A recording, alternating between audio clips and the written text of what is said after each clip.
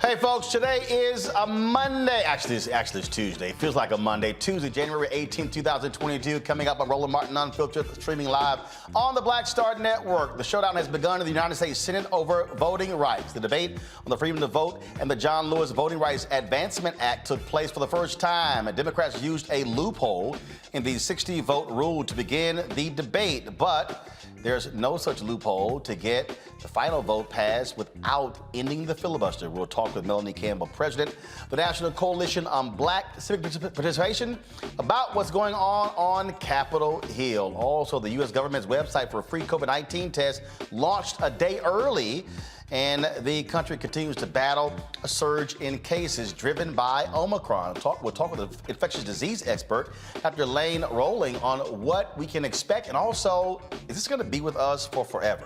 The white cop who murdered Laquan McDonald set to be released next month after serving just about half of his sentence.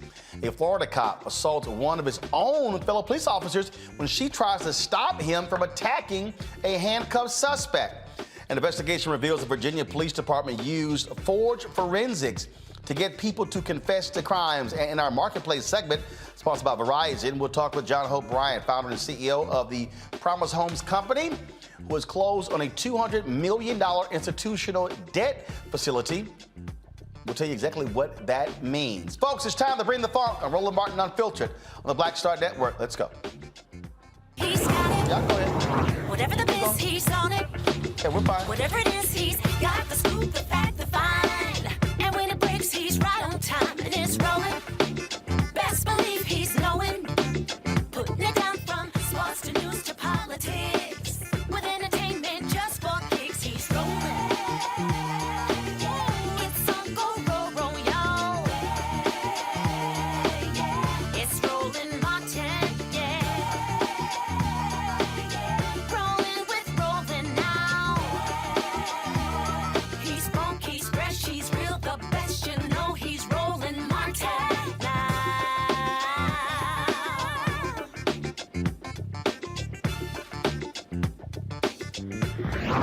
Martin.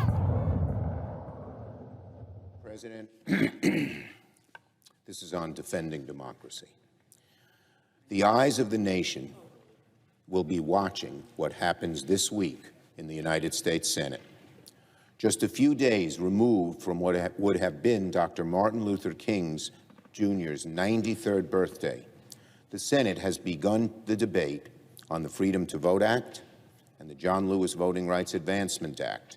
For the first time in this Congress, Democrats have tried for months to hold a voting rights debate on the floor, but we have been blocked each time by Republicans. We brought common sense proposals 4 times on the floor of the Senate, and only once did one senator, Lisa Murkowski, to her credit, agree to even begin debate on voting rights. On all 3 other votes, not a single Republican joined us. Every one of them voted to block even a debate on voting rights. So today we are taking this step by using a message from the House. Now it's just a step, but an important step moving forward in that we will finally debate this one issue that is so central to the American people, to our history, and to our democracy. That was Senate Majority Leader Chuck Schumer on the floor today of the United States Senate talking about the issue of voting rights. Minority Leader Senator Mitch McConnell of Kentucky said Democrats defended the filibuster in the past, so what has changed?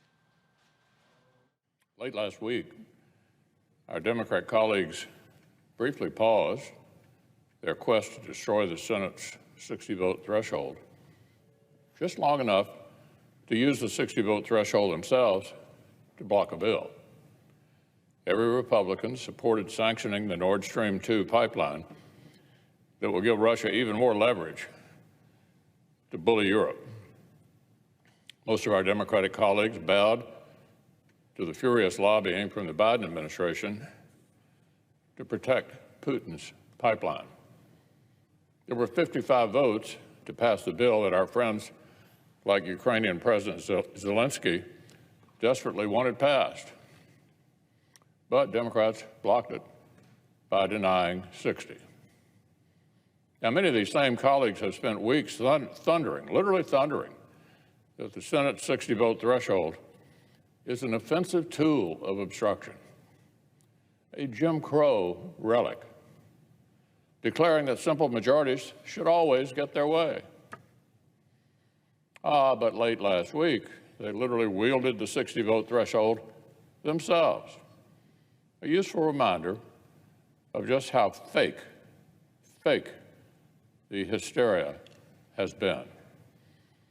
We already knew Washington Democrats don't have any principled opposition to Senate rules. Democrats repeatedly filibustered the CARES Act in March of 2020 while insisting on changes. Democrats filibustered and killed Senator Tim Scott's police reform bill.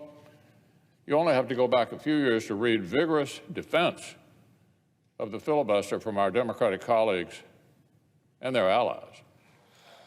Oh, talk about a lying fool. First of all, McConnell just said that Democrats scuttled Tim Scott's police reform bill. No, last I recall, it was Vice President Kamala Harris, the United States Senator, who said, why aren't we discussing this bill in committee as opposed to on the floor? That's actually what happened. So McConnell is lying. McConnell also talked about how, they're changing the rules. Didn't McConnell put 2 Supreme Court justices on for life with just 51 votes? McConnell, you're lying again. And so, folks, not only that, didn't Mitch McConnell forget he voted with the Democrats to change the filibuster requirement, change the filibuster rule, to increase the debt ceiling a month ago? See, so what Mitch McConnell wants you to do, and these idiot MAGA people will just run along with it, is to believe that there's a 60 vote threshold for everything. That's a lie. There are exceptions. And the Senate has made an exception 161 times in the last number of years. So really, what's the whole deal? Now you have folks, West Virginians, who are weighing in. Prominent West Virginians, such as Alabama head coach Nick Saban, former Lakers GM Jerry West, former NFL quarterback Oliver Luck, and former NFL player Darryl Talley of the Buffalo Bills, joined former NFL Commissioner Paul Tagliabue, signing a letter urging Senator Joe Manchin of West Virginia to vote for voting rights legislation. The letter reads in part, "Some of us have roots and shaped our lives in West Virginia. Others followed very different paths, and some of us have been rivals in sports or business. But we are all certain that democracy is best when voting is open to everyone on a level playing field. The referees are neutral, and at the end of the game, the final score is respected and accepted." Guys, please put the letter up. This is the letter right here. Okay, thank you. All right, you see right here, these are the signatures on here. All right, so this is exactly what they sent to Manchin. Now, today, several protesters who stood on the Capitol steps demanding the passage of voting rights, they were arrested. This is the video right here, folks. Joining me now to talk about, again, the battle that continues is Melanie Campbell, President CEO of the National Coalition on Black Civic Participation. Of course, Melanie, you've been, of course, a part of this for quite some time. We saw those activists today. We saw the protests that took place yesterday. And so the fight continues to force us in to do what's right when it comes to these bills. Yes, Roland. And one of the things that we keep saying that whatever goes down, one of the victories, it's not the win, will be a vote, so we know where these senators stand. And so when it comes down to that vote, we will at least be able to know where people stand and know what we got to work towards when it comes to continue to fight to get this thing passed.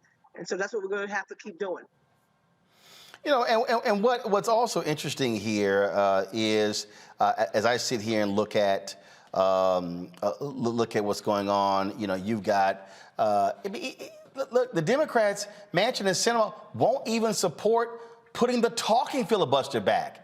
I mean, my goodness. Mm-hmm. This ain't that hard. And so I'm glad to see what you were just showing about that letter coming from West Virginians. I mean, the people of West Virginia and the people of Arizona want them to do the right thing. So I just know that we have to keep pushing.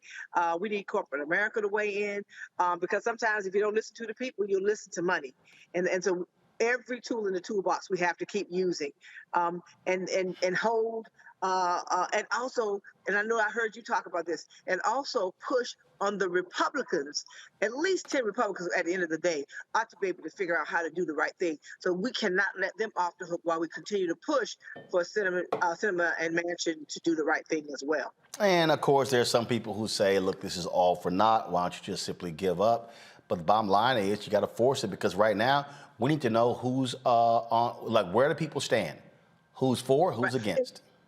And in the state of Florida, my home state where I grew up, you have the governor who is now trying to accept a separate office to enforce their voter suppression laws. So it's not stopping. And so, and the more these state legislatures come back into place, we're going to see a whole lot more kinds of voter suppression laws. It's like somebody turning the dial to see, well, just how far will they let us go? Let's see how far we can go. And so that's what we're going to continue to see. And so at the end of the day, folks got to make that decision. What side of history are you on?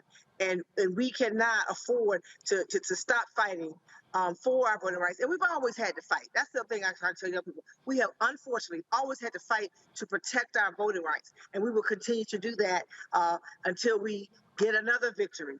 And then even with that, we have to keep and stay vigilant by making sure that we continue to vote, and especially when you get down to state and local elections, especially these days state elections, because a lot of times the state override what's happening with local political, local elected officials and city councils and mayors anyway. And I apologize, I'm out, but I couldn't get some. I know you're hearing sirens, so I apologize. It's all good. It's all good. And when we talk about the pressure and why that's important, all levers must be pulled to get the attention of these members of Congress. Yes. All of them. And Roland, whatever goes down with this vote this week, and I know my sisters and brothers were out there. I was out there today, putting their bodies on the line. We will continue to do that. We also simultaneously have to make sure that whatever's going on, that we vote this year and continue to engage this administration. And they say they're going to stay the course, keep pushing the White House, get with the Justice Department, every tool that we can. At the end of the day. And I just think it's a moral imperative. Right. What we're talking about is what's going to impact our kids, our nieces, my nephews. These kids are going to have a bad way if this country, it's not just like, okay, win one this week, win another next. No, this is about the whole shifting of this political system that can put our children in a perilous future. When you're talking about pushing us back, not just pre-65, we talk about Reconstruction. When you can do what they're doing, it's not going to stop here. No, it's not. In fact, when I talked about putting the pressure on, Emily's List has made it clear that they sent a letter to Kristen Sinema that if she chooses re-election, if she keeps on this path, she will not get their endorsement. This is what they sent her. Senator Sinema cannot support a path forward for the passage of this legislation. We believe she undermines the foundations of our democracy, her own path to victory, and also the mission of Emily's List. And we will be unable to endorse her moving forward. That is, of course, a very powerful fundraising group that supports, right, that's pro-choice, but also that's all about electing women to Congress. Right. And Sister LaSponza Butler, give her a great shout out, sister, who's now the head of that, is a Black woman who's running Emily's List. So that's history as well. Absolutely. Melanie, Campbell, we appreciate it. Thanks a lot. Thank you. Thank you, Roland. All right, folks, go to my panel. Mustafa Santiago Ali, former senior advisor for environmental justice at the EPA. Teresa Lundy, founder of TML Communications. And we'll be joined in a bit by Demario Solomon Simmons, civil rights attorney and founder for Justice for Greenwood. I want to start with you, Teresa. That Emily's List decision is important. Last week, they released a statement. People like me said, ain't good enough. Send the signal to Sinema and any other woman who wants their endorsement and their money. You don't do what's right when it comes to voting rights, you will not be getting our support. Yeah, and I think more organizations actually need to run on the same talking point because, look, Emily's List has been influential in making sure that women are elected and in the right position. But they also have a very, very big contact list of sponsors and donors and those who already are established after their sponsorship.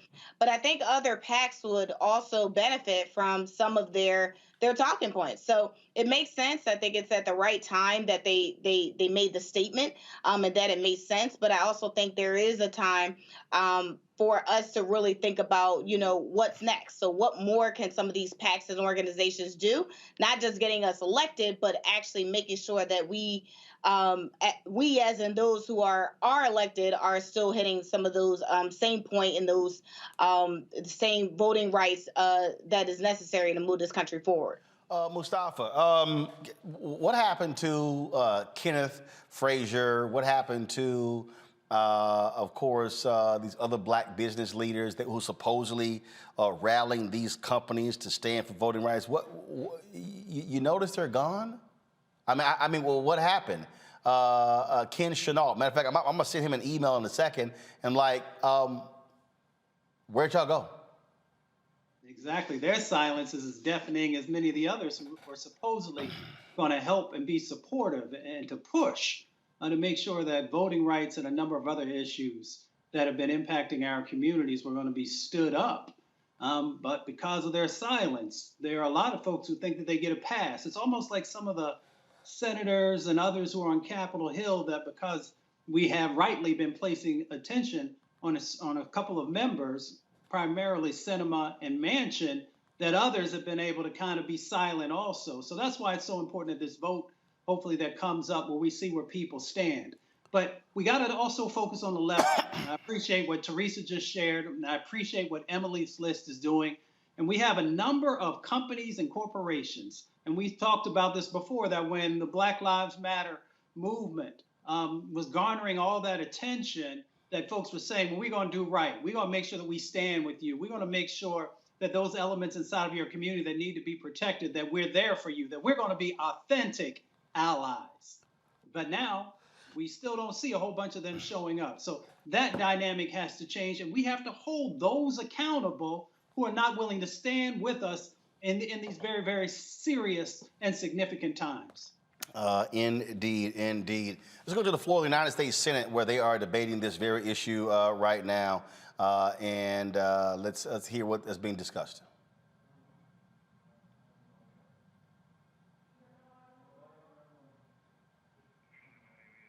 Support the Freedom to Vote Act, which are designed to safeguard Americans' right to vote and secure the sanctity of our election. And today, just as Ukraine faces a threat to its independence and freedom,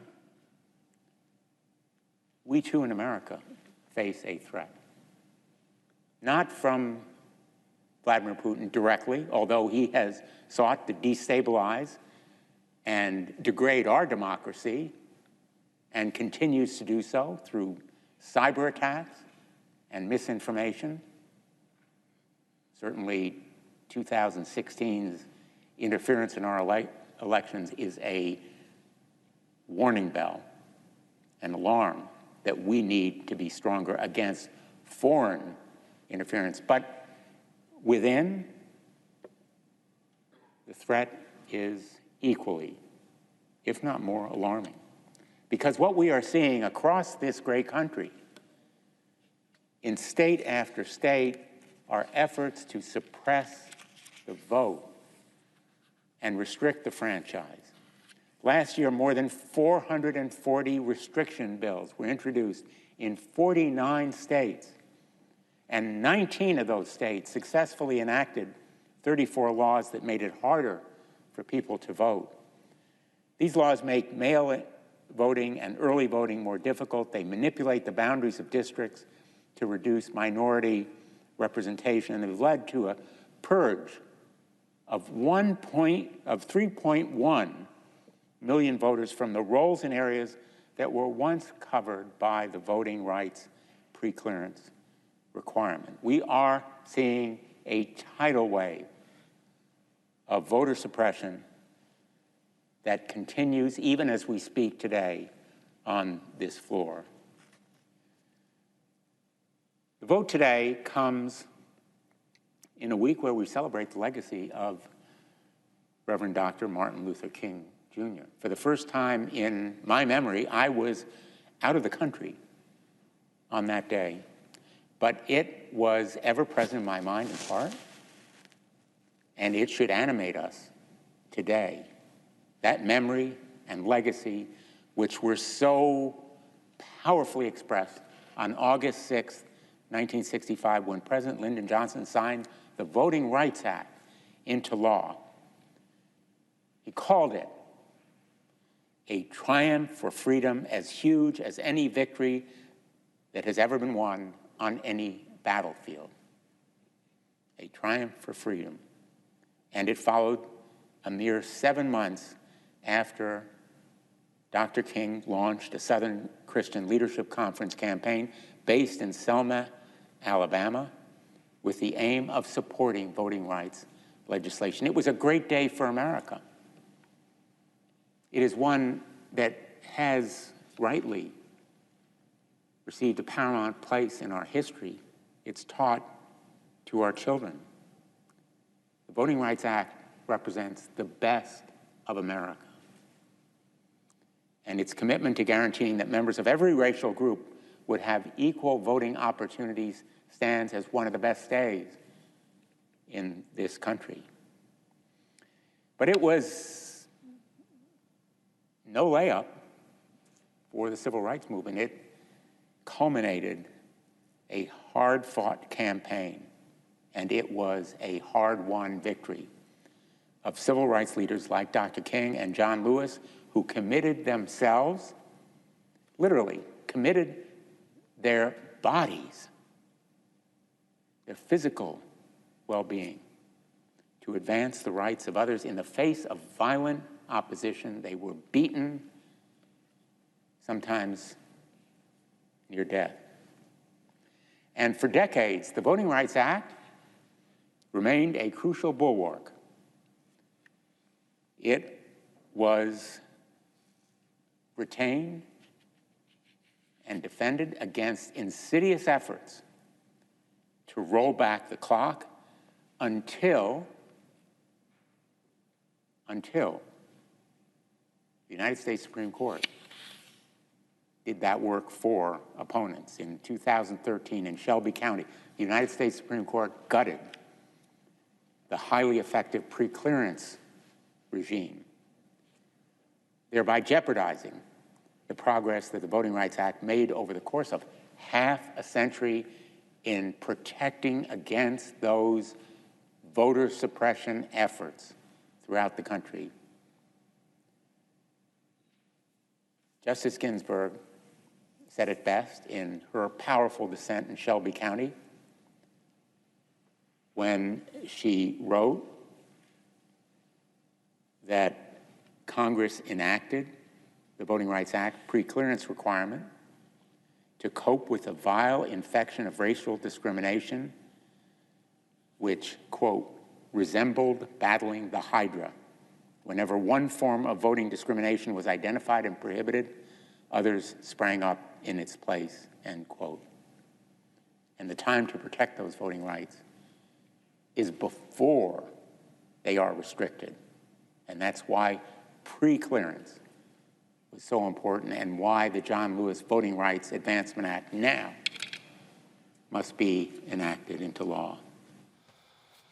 DeMario, let's go to you. So check this out. To understand how Republicans operate, so last week in Virginia, they swore in new governor, new leadership. MLK birthday was yesterday. Go to my computer, please. Virginia Republicans filed 20 bills to restrict or limit absentee voting. They want to get rid of no excuse voting. They want to get rid of ballot drop boxes. One of the first actions. Now, the only reason that's not going to fly is, now granted, they control now the Virginia House. They control the governor. They don't control the Virginia Senate. Democrats still control that. That's the only reason it's not going to get passed. People need to understand. Now, mind you, it just got in. Not bills dealing with education, not bills dealing with the economy, not bills dealing with housing, voting. The first bills they put up.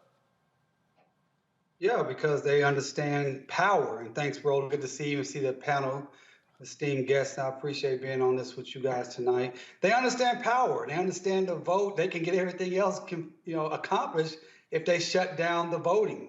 So Democrats came in and did the exact opposite, focused on other things. And I mean, unfortunately, I'm still not convinced that the Democrats are going to be strong enough to make this happen. I'm praying for it. I'm pushing it. I'm sending my emails. I'm calling the folks I know, trying to make this happen. But I don't think they really understand the urgency still at this point.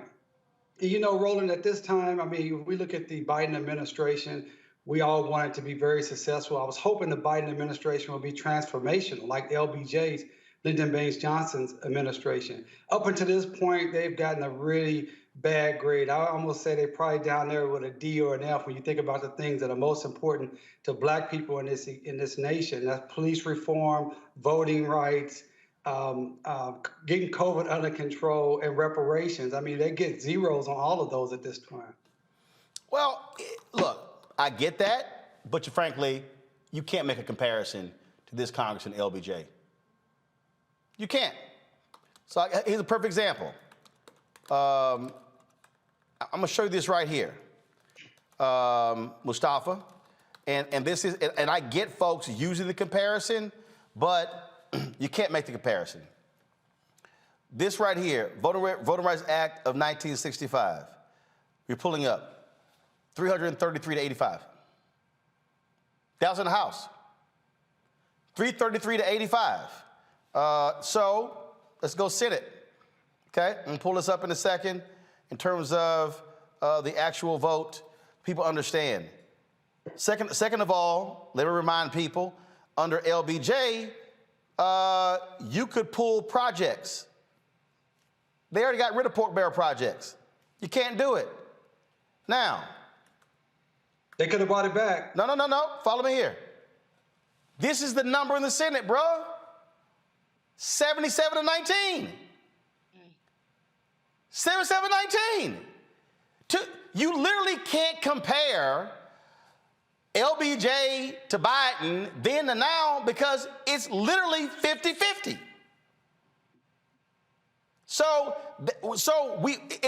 And when folks say, figure out what Sinema and Manchin want and don't give it to them. The problem is that those rules have been changed.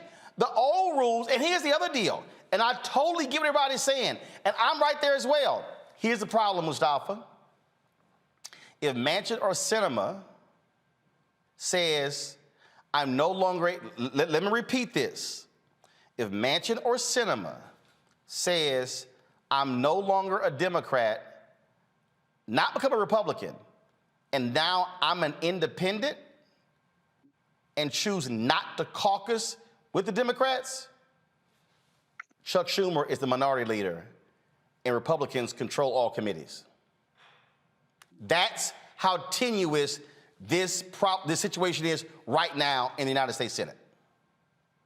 It's a tightrope. And you know, most folks haven't spent any time on Capitol Hill, so they don't really understand, unfortunately, how the numbers work and also how difficult it can be to be able to move the legislation, especially if you're trying to court someone to actually get the votes. That's why when you look at things like the Build Back Better as an example, it shrunk from 3.5 trillion down to like 1.7 trillion, 1.9 trillion, and it still couldn't get folks to move forward and do the right thing.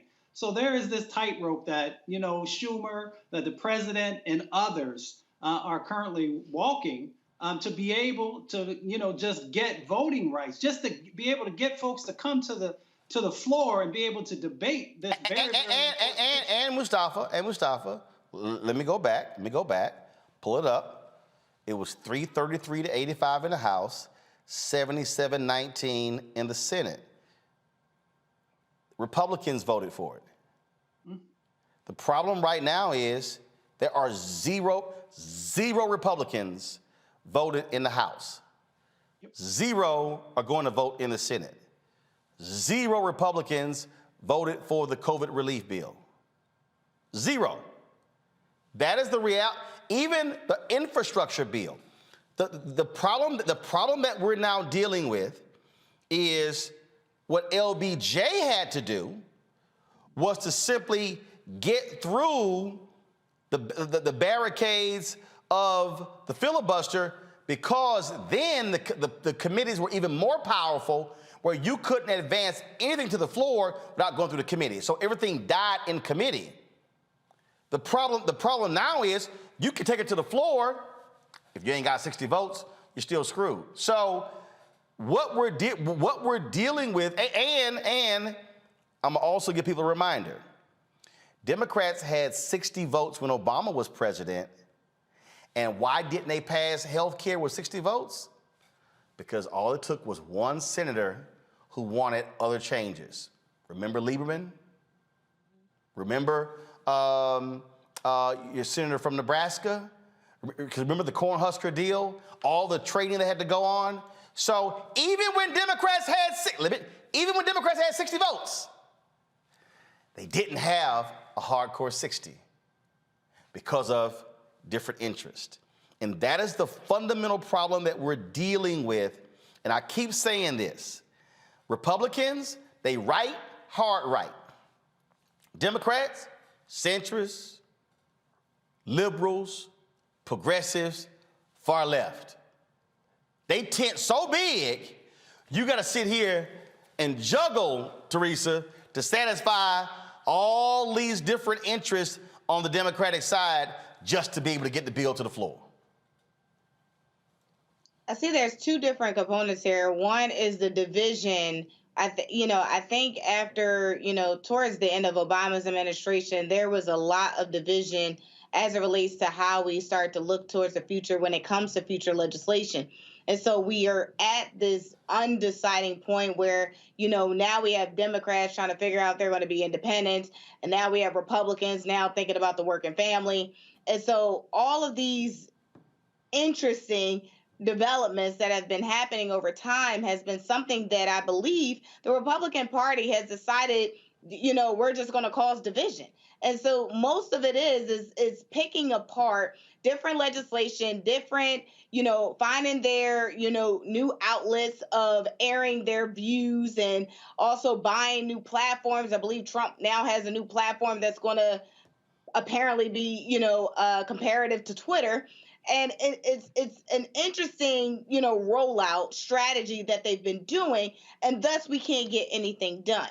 And so I think that's where we are in terms of where our priorities really lie. And Roland, to your point of all the special interests that ultimately come into play is that we don't have a foundation of people trusting each other in Congress or in the Senate. And so, again, when we can get those votes back in 1965, and it seems like we just can't get these votes today, we are at this very fine line of, those we are getting elected, are they going to be aligned with the other senators and their other colleagues? And that's where, the division is actually aligned, because it seems like no one is trusting each other to get things past the finish line. And here we are, the American people, suffering. Well, but also I think what we have to also really deal with is that we are seeing what happens when you do not ignore state politics.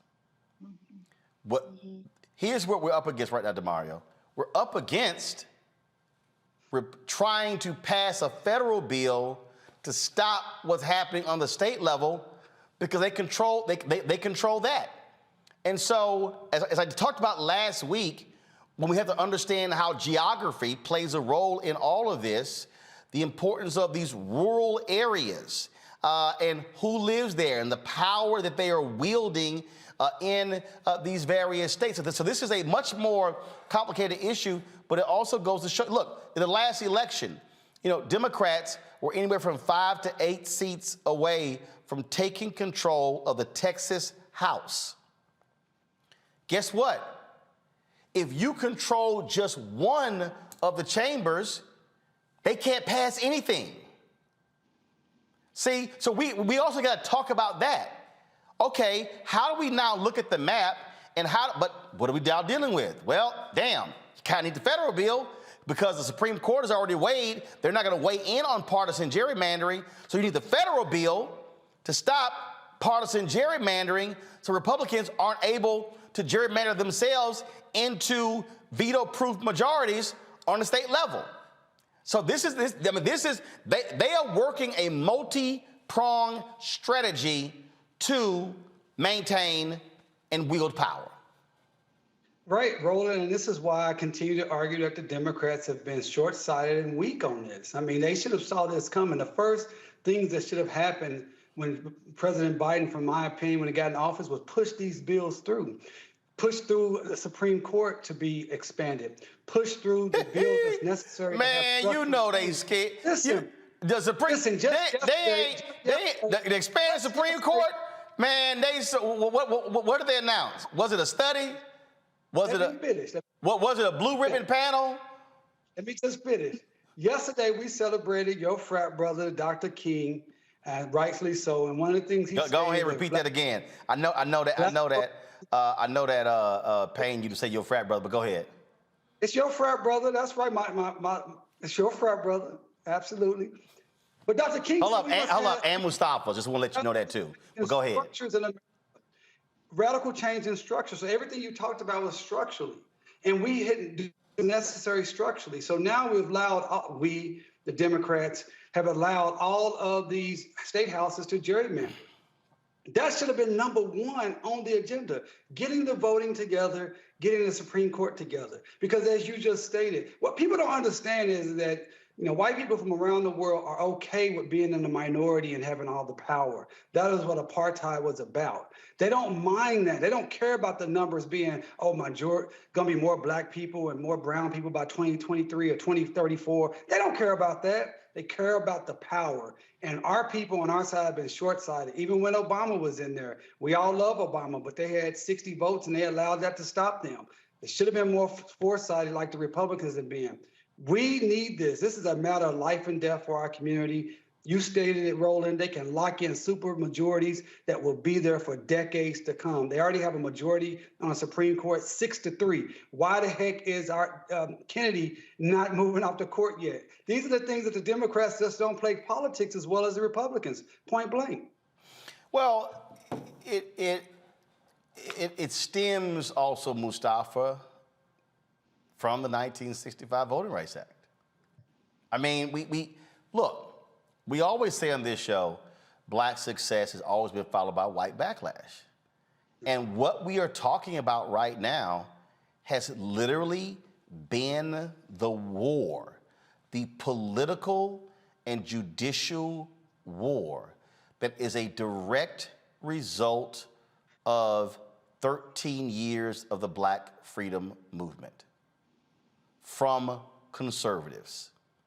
They were angry that the courts took Brown versus Board of Education 1 and 2, and they used, and the African Americans and liberals, Democrats, whatever you want to call it, used the courts to change. Those Southern Dixiecrats, those racists, those Confederates were pissed off.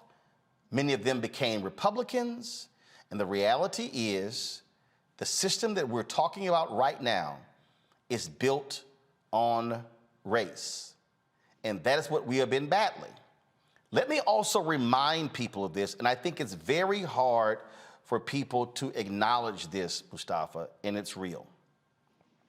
72 to 74% of the total electorate in 2020 were white. We talk about African Americans voting, absolutely important. But we have to vote to the edge of our capacity.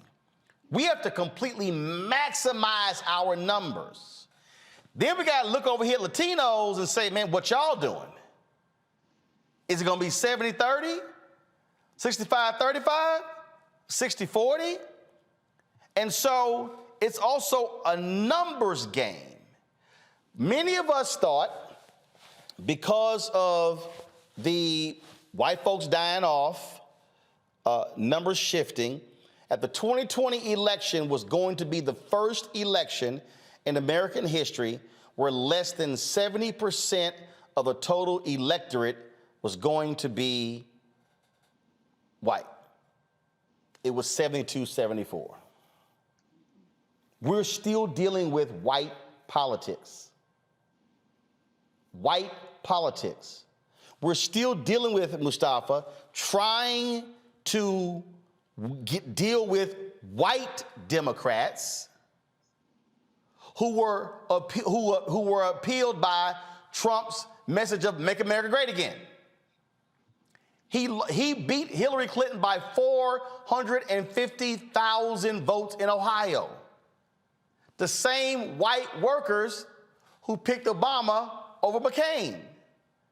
So we are still, so for all of what we're laying out, and then when you talk about Latinos, you got to deal with white Hispanics who identify more white than brown. So which is why the only way this happens is if you're dealing with a multicultural coalition. It cannot be black only. You have to have a multicultural coalition to win and beat back what is going on with the Republican Party. Well, that's been the message. Dr. King shared that message that we needed a multicultural set of actions and individuals coming together. Our brother Jesse Jackson, the same thing. And then even Reverend Barber has all been focusing on and helping us to understand, our sets of commonalities. And that if we come together, we can actually begin to move the needle and we can begin to win on many of these issues. This set of strategic plans that Republicans have put in place has been going on for over 60 years now. The set of steps that they understood that they needed to move forward on. And they've been very methodical about it, but they've also been very laser focused. If you come up through the Reagan administration and the Bush administration, you see individuals who have been working both on the federal and the state level to get these types of things in place that we see that are playing out now. Trump just hyperized it. Trump did, he began to take, not only as folks did before the Willie Horton ads and those types of things, he began to utilize it in a much broader fashion. And then he also began to emphasize for folks that, you're losing something and that we have an opportunity to actually make the country great again and then take it back to the 40s and 50s as the paradigm that he was operating from. So folks have got to realize that we have got to come together to be able to make these changes happen. But that doesn't mean that we have to lose focus on the fact that Black folks are still the most disproportionately impacted in almost every category that there's out there. So if we're not willing to do that, then we're going to continue to see these dynamics play out. And what they hope is, and we've talked about this on the show a number of times, is that they're not trying to stop every Black person from going out there and voting. They know that they can begin to just carve off certain percentages across the states that they can win. And once they win, then they begin to further institutionalize these sets of actions that further weaken us both economically and a number of other dynamics. So once you know the game, then we just have to continue to work the strategy to make change happen. Let's go back to the U.S. Senate floor where Senator Casey of Pennsylvania is now speaking. Occurred every 4 years. Some years it would go up a little higher, other years it go back down. But we never got in 60 years to that level again. So for example, just the most recent two elections before 2020 in Pennsylvania, the 2012 election, 5.74 million people voted. That was 57% of the voting age population. So down from that high water mark of 70% in 1960. 2016 was a big turnout in our state. We had more voters than 2012. It was 6.1 million voters, and it went from 57 in 2012 to 61. So it got over that 60 mark, but of course 61 is not 70, so we got nowhere near, even in 2016, when you look at the percent of the voting age population. So that's the backdrop of 2016, big turnout, but not the turnout level we saw in 1960 or 64 or a few other years. Then in October of 2019. Pick up on that point right there, Teresa, Mustafa, and DeMario, because I'm gonna go to North Carolina, 2008. Then Senator Barack Obama wins North Carolina by 14,100 votes. I mean, Black folks were turning out in droves. If you read Reverend Dr. William Barber's book, The Third Reconstruction, he talks about how low turnout was in North Carolina. They then began to make changes there. And then in 2008, I believe it was at 78%, the highest they had seen, and it put them in the top percentile in America of voter turnout. 2010, Republicans took control of the legislature. Voting laws put into place. So the data is very clear. When you begin to see large turnout, but in terms of the percentage going up, then you see Democrats winning. Let's talk about this here, because we're dealing with this right now. Teresa, I want to start with you. U.S. Senate race in Pennsylvania, because Toomey is retiring. U.S. Senate race in North Carolina. U.S. Senate race in Wisconsin. U.S. Senate race in Ohio. U.S. Senate race in Florida. So now all of a sudden, those are 5 critical states. You also got U.S. Senate race, obviously, Charles Booker running against Rand Paul in Kentucky. But really, you got those critical 5 states. Obviously, Warnock is running for re-election. So when I hear people, when I hear black folks say, man, hey, look, man, we turned out in 2020, it didn't happen. What I keep saying is, you pick up 3 of those 5, you're now up 53-47. You now can negate Sinema and Manchin. And so what should the messaging be, Teresa, you're in communications, to black folks to say in Pennsylvania, while we must try to max out our numbers, not be happy with 55% black turnout. No, say we need 75, 80, 85% black turnout in Pennsylvania to keep a Dr. Oz or whoever the hell other crazy ass Republican they're gonna try to nominate. Well, one, you're absolutely right. You know, the Commonwealth of Pennsylvania is a very interesting space to do politics. You have the Western sphere, and then you have the middle, 67 counties. So you have the middle counties that are very, different when you come to Philadelphia. Okay, Teresa, stop dancing and just say it. Philadelphia, okay. Philadelphia and Pittsburgh is America. The rest of Pennsylvania is Alabama. Absolutely. So if you're traveling, just go all that bullshit you talk about, the middle states and these, just go ahead and say it, okay? Outside of Philadelphia and Pittsburgh and the suburbs of those 2 cities, the rest of Pennsylvania is Alabama.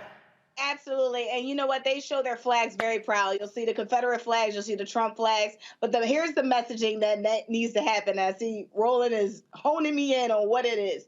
So African Americans and black, brown communities, one, they need to be funded.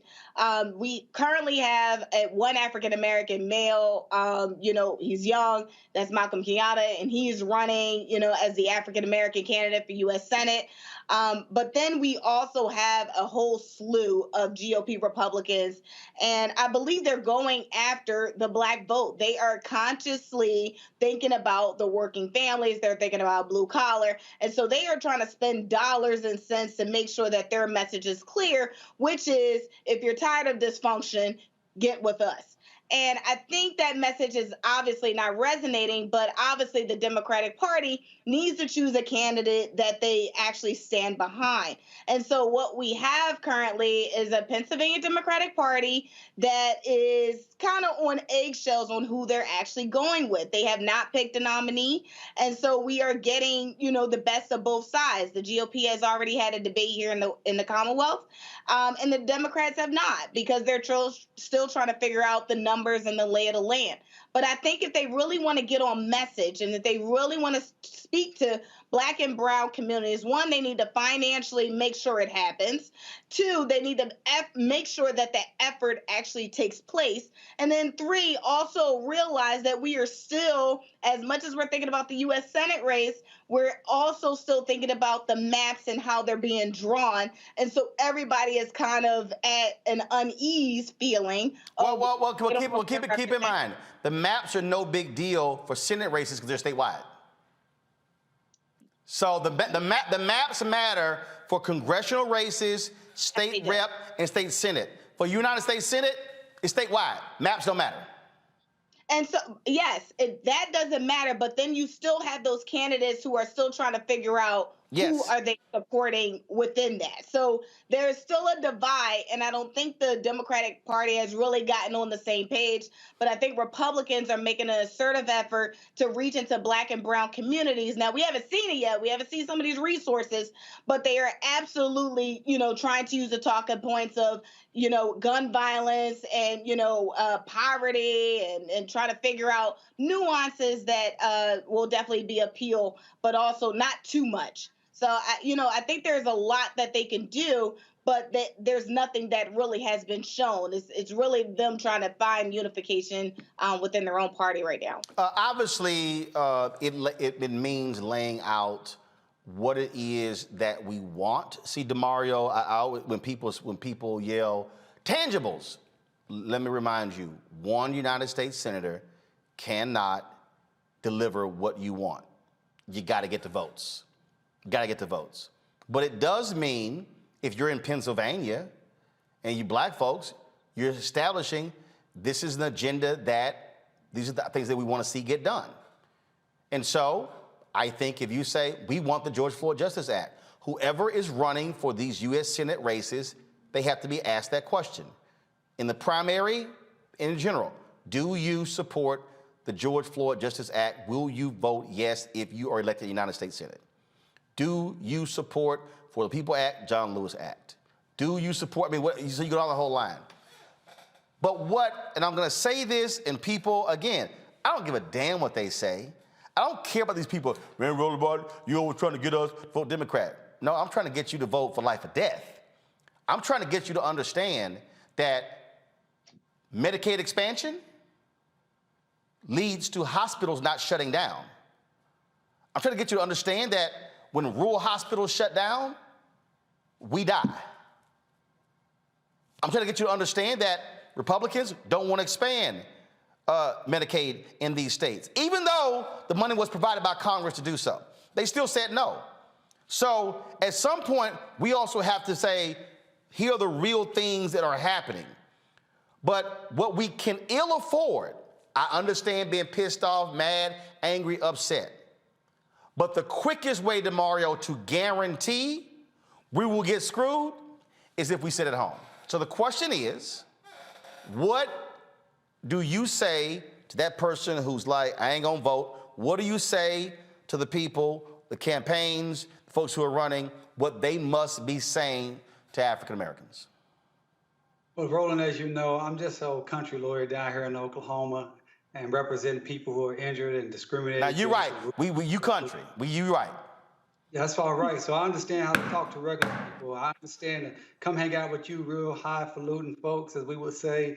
I understand these big words and big issues. Even though when I went to Tulsa, you had all that vegetarian food. But go ahead with your country self. Go ahead.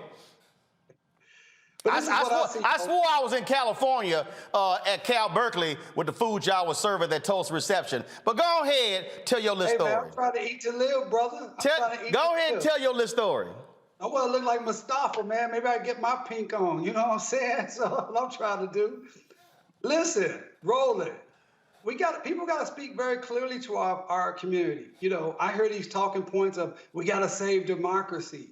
Democracy has never worked for black people. You got to talk about how we're going to save grandma, how we're going to save these houses, how we're going to save lives, like you talked about with the Medicaid expansion, but be very clear about what that means. And I use a very example. I was just talking about this last week at a lunch. It was a young man named Demonte Driver.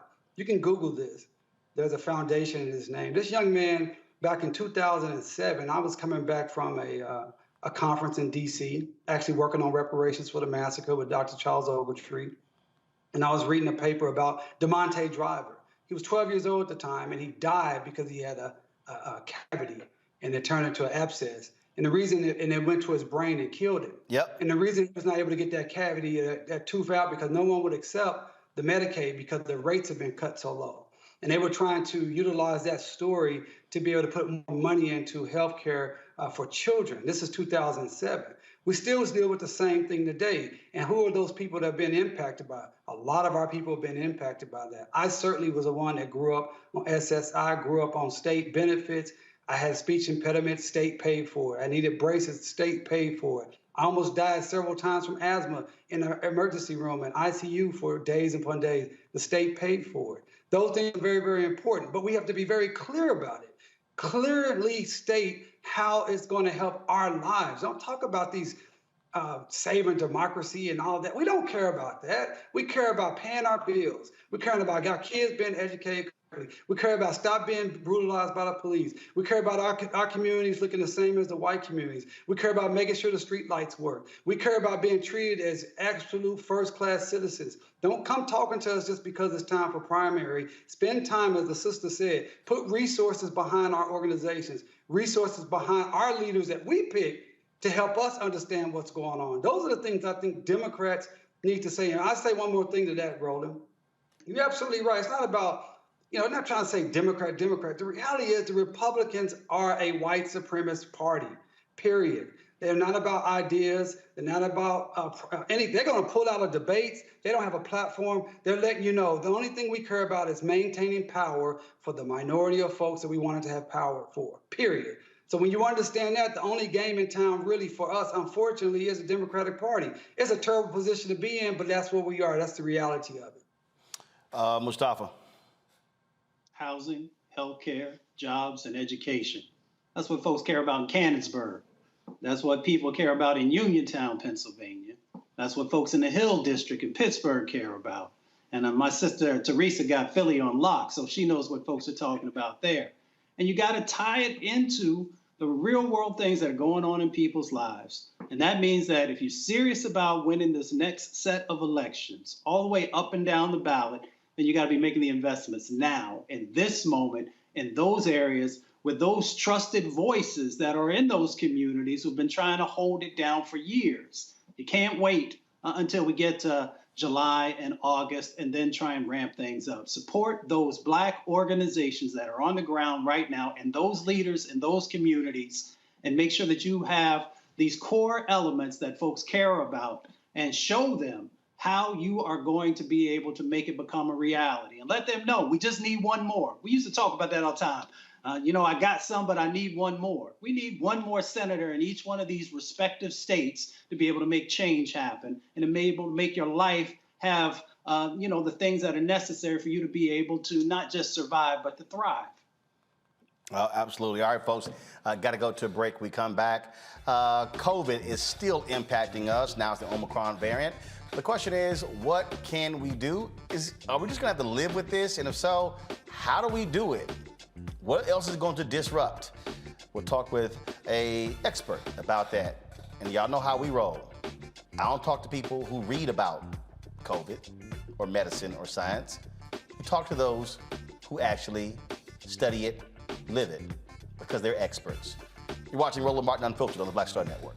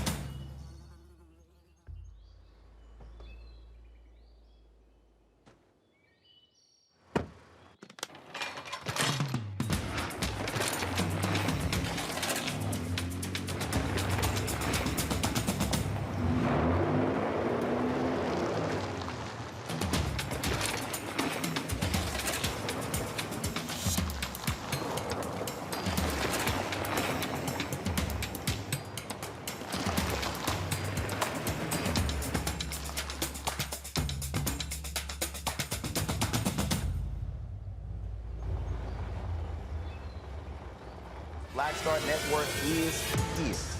Hold no punches. I'm real revolutionary right now. Support this man, Black Media. He makes sure that our stories are told.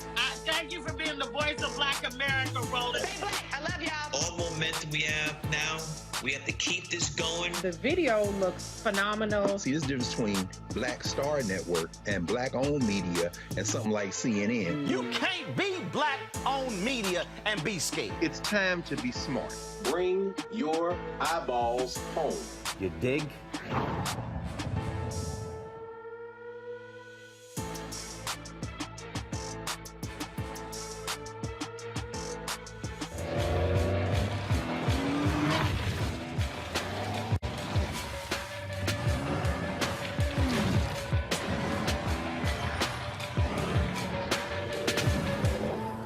I'm Chrisette Michelle. Hi, I'm Chaley Rose, and you're watching Roland Martin Unfiltered.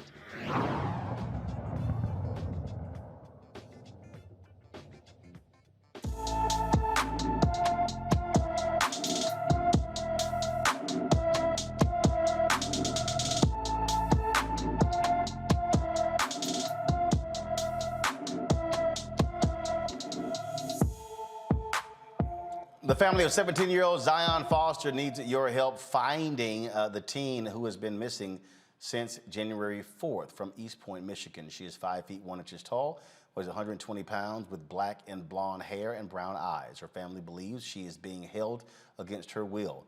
Zion was last seen wearing her Detroit Wing Company uniform. Anyone who has seen Foster or has information on whereabouts, please call the East Point Police Department at 586-777-6700, 586-777-6700.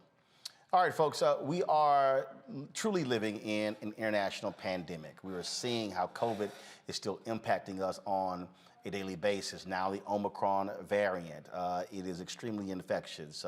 332 million cases of COVID in the United States.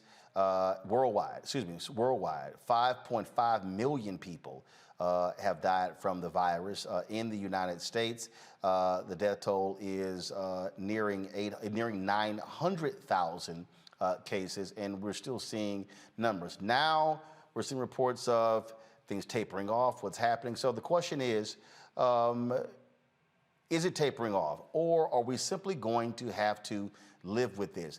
And if we say live with this, what does that mean? Always wearing masks, always doing social distancing? Are we ever going to be able to go back to events? The Grammys had gotten postponed. They now moved it to Las Vegas.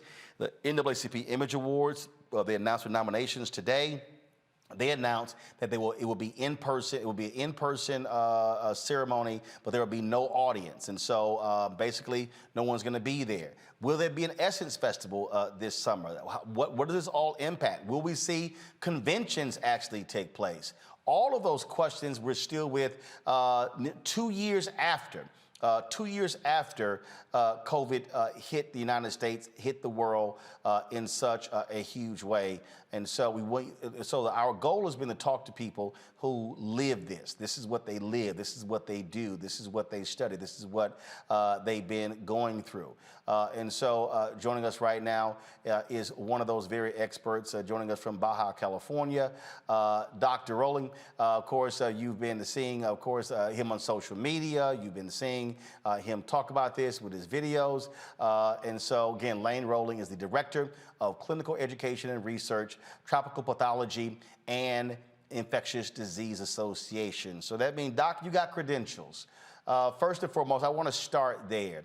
It has to drive you crazy to watch these TikTok, YouTube, Twitter, Facebook doctors, folks who never studied, never practiced, but because they read a medical journal or because they saw something else and they're just repeating stuff ad nauseum as if they're actual experts. Absolutely, and Roland, thank you for having me on your program. But you're absolutely right. This has been a hell of an exercise over the last 2 years trying to educate people about real infectious diseases. I mean, I've been doing this for 30 years, real life type of stuff, and you're absolutely correct. The reason why we're in this situation, you got people that jumped into a lane they're not trained in. I've never seen any of these guys in the jungles of the Amazon doing Ebola, dengue, malaria, putting babies in body bags, seeing some of the worst diseases in the world that will eat your face away, looking at live viruses under laboratories, et cetera, et cetera, et cetera. And you're right. They missed the boat. They got almost 1 million people cured here in the United States, and the virus is out of control. It's going to be out of control for a long time until we reset the clock back with people that actually do this stuff every day. I'm an infectious disease guy. I'm a virologist. I'm a chemical and biological warfare expert. I'm not a mechanic. I stay in my lane. And so when you say it's going to be with us unless we do a reset, what does that mean? Well, a reset is that we should have had that big mama conversation 2 years ago, like I've tried to do on all the different platforms I've been on, from MSNBC to Congressional Black Caucus, etc. Urban League is trying to educate people about the virus. You have to understand, folks, this is an RNA virus, coronavirus, largest immunogenic virus on the planet, capable of changing in a heartbeat, and is transmitted by 3 ways: respiratory, secretions, fecal contamination. It came from an animal. This is how you protect yourself. We didn't do that. It became a political narrative. People got into a lane, and they got a lot of people killed. So we have to set the clock back, educate people about the virus, transmission, how do you protect yourself. Dr. Roland, you're an infectious disease specialist. How do you function in a world where you're dealing with some of the most dangerous pathogens on the planet and you don't get infected? Or if you do get infected, you survive. That is a big reset. And the problem that we've had because of the misinformation and disinformation, that is why Black America and people of minorities around the world are in a bad situation. So this, and you're absolutely right about the whole political point. And I've said this here, that I think the biggest problem that we face in the United States is that we literally had an idiot who was in the White House. But let me explain that. Because he was so hell-bent on nothing impacting the economy. He was praising China while other people were like, yo, man, they're hiding stuff from us. And so we were getting these nutty news conferences. No, don't worry. We got 13 cases. It's that one, we got that one Chinese guy. We're good. We're going to have, everything's going to be fine. Then it was, oh, no. Don't let those people off that cruise ship in Florida because that's going to cause our count to go up. Or, hey, the reason we're not testing a lot of people, because we test a lot of people, we're going to have more cases. And so I think what it did was it gave people who already, I mean, look, you got 10 to 15% of people who are already nuts. Okay, but that thing just then began to take off. And then what I think also what you saw is you just saw this constant, no, I don't want to say, don't give them the true information. The whole battle with Fauci and Birx, no, you can't talk, the chemical stuff. And so what's hard is when the people who you want to trust in a national emergency are not actually trying to really deal with it because, oh, it might cost me the election. And so when you say the reset, the problem now is it's people like, oh, now you can't trust the government, can't trust Fauci, can't trust Biden. So the sources that we normally would want to trust, bruh, I got Black people like, nah, bruh, you can't trust them doctors. And I go, we got Black doctors. Well, they bought off by the pharmaceutical. I'm like, well, who the hell you listening to then? I'm like, if your ass gets sick, you gonna listen to that Black doctor? Well, I agree with you on that, but the point is that there's a guy named Dr. Roland that's been doing this real time for 30 years. I just happen to be in the jungles. And the reality is, you're right. It became a political narrative. Fauci made critical mistakes. This is a respiratory disease. You wear a damn mask.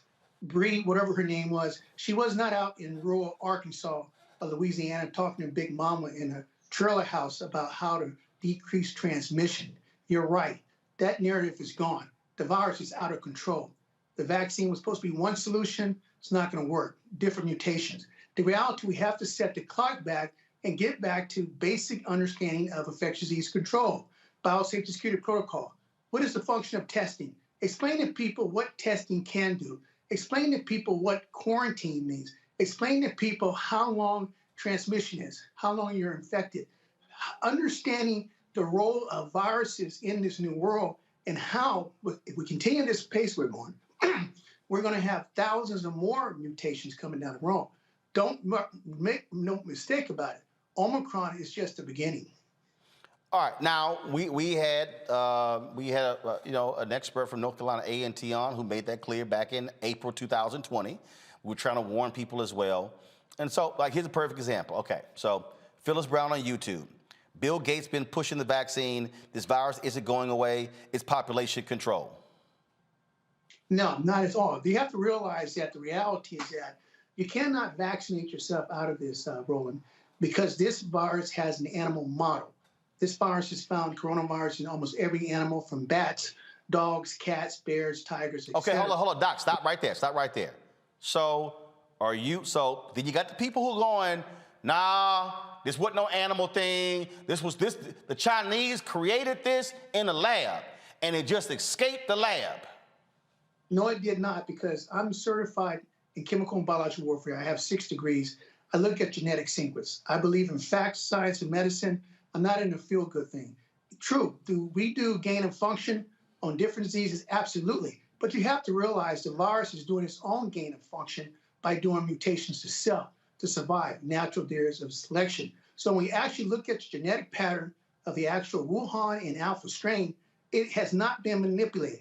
We can look at your genetic sequence and tell if we manipulated the gene, amino acid, point mutation, etc. So the reality is that that is debunked. Okay, so what we have been saying on here with, again, experts, is that the more people who are unvaxxed, the more people who refuse to take precautions, that virus is like, who can I jump into next? And you said the virus is altering, is changing. So explain that, what that means. Well, the reality is this, Martin, is that the virus, when it feels pressure, and I've talked about this on the Larry Bennett show, Little Rock, et cetera, is that if a virus or a microorganism feels a pressure, it's going to change. It's the natural theories of selection. So, for example, you create a vaccine for this virus, and you never create a vaccine in the middle of a pandemic because you're going to create super mutations.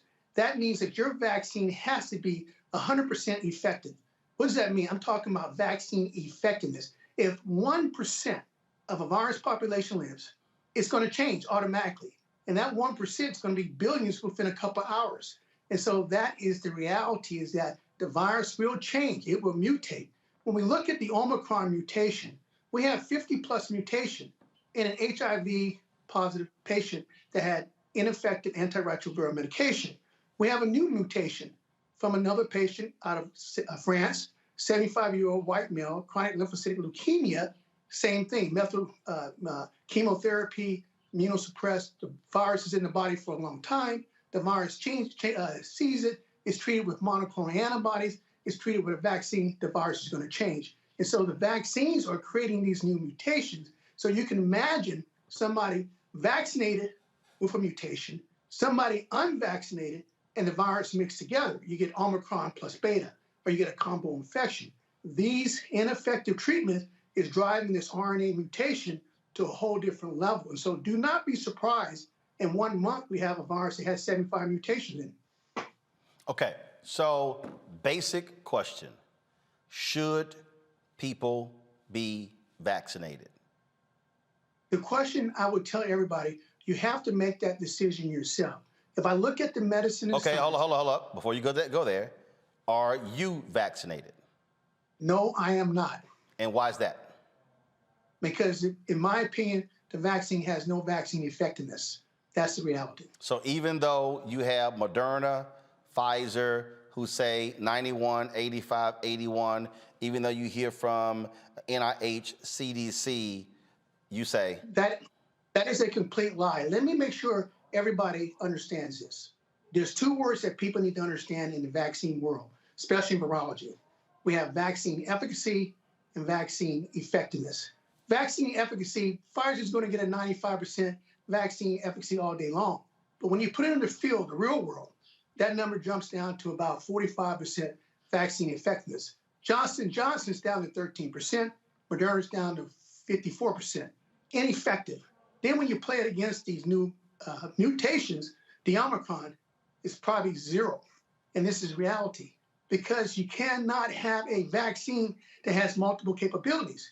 You have to have a vaccine for the alpha strain, beta strain, gamma strain, delta, Omicron, IHU, and they're not going to do that. So when we put it in the real world, when you test everybody, the big mamas, the diabetics, the kids with autism, the women in their first trimester, that number is not going to exist. And that is what's driving this mutation, global endemic infection that's going to be with us for the next 50 years plus. So with that in mind, but of course there are other doctors, other infectious disease experts who say we should get vaccinated. Now, if that's the case, then how are you protecting yourself? What are you saying to others how they should protect themselves from COVID? Well, let's start before I answer that question. If you believe in a vaccine, and I'm on the Black AIDS Institute, and we have a thing called CD4 marker for HIV patients that measures somebody's health. I've been telling people from day one, I helped write the vaccine platform for the Vatican. If you're going to do a vaccine, you have to know what your neutralizing antibodies are. What are they? You get injected, you create antibodies. You measure that. You measure that at 0 day, 30 days, 60 days, 90 days, 1 year, and then you know what your level is. So that's the reality. Neutralizing the antibodies is your marker for vaccines. That is the way it is. That's how simple it is. And you have to tune that into the equation. The way Dr. Roland has always said is that you have to have great biosafety security protocols. Folks, I don't care if you're vaccinated, unvaccinated, wear a mask. Folks, make sure you wash your hands with antiseptic hand wash. Make sure you don't wear your shoes in your house. And least of all, when you're out in the public arena, do not touch the kiosk at the bank machine. Do not touch the PM machine at Walmart. They're contaminated with feces. You make sure you protect your hands and sterilize the environment you're in. Create that bubble. Make sure you have an air purification in your home.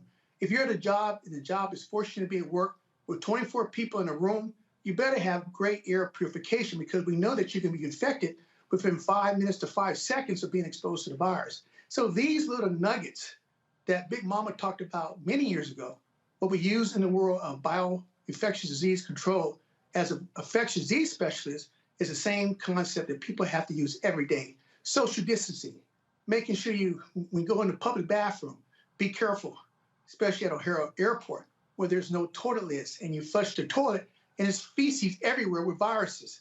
People don't think about that. Even going to the grocery store, and you watch people go to a grocery store, they pick their nose, they spit, they cough, they scratch, they squeeze the avocados, and they're infected. And you bring that home and your family touches that. So these biosafety security protocols are true, tried, and blue. And at the end of the day, Roland, the reality is natural immunity is always going to win. We know for a fact you get infected, you're going to have neutralizing antibodies for 6 months. If you go down the vaccine route, you will be getting booster shots 4 or 5 for the next 50 years. And that's going to be a whole different story, too. So, again, so walking through that, because, again, we've had infectious disease experts like Dr. Tyson Bell on who says, absolutely get vaccinated. Stephen A. Smith just talked about his COVID battle. Doctors told him had he not been vaccinated, he would have died from COVID.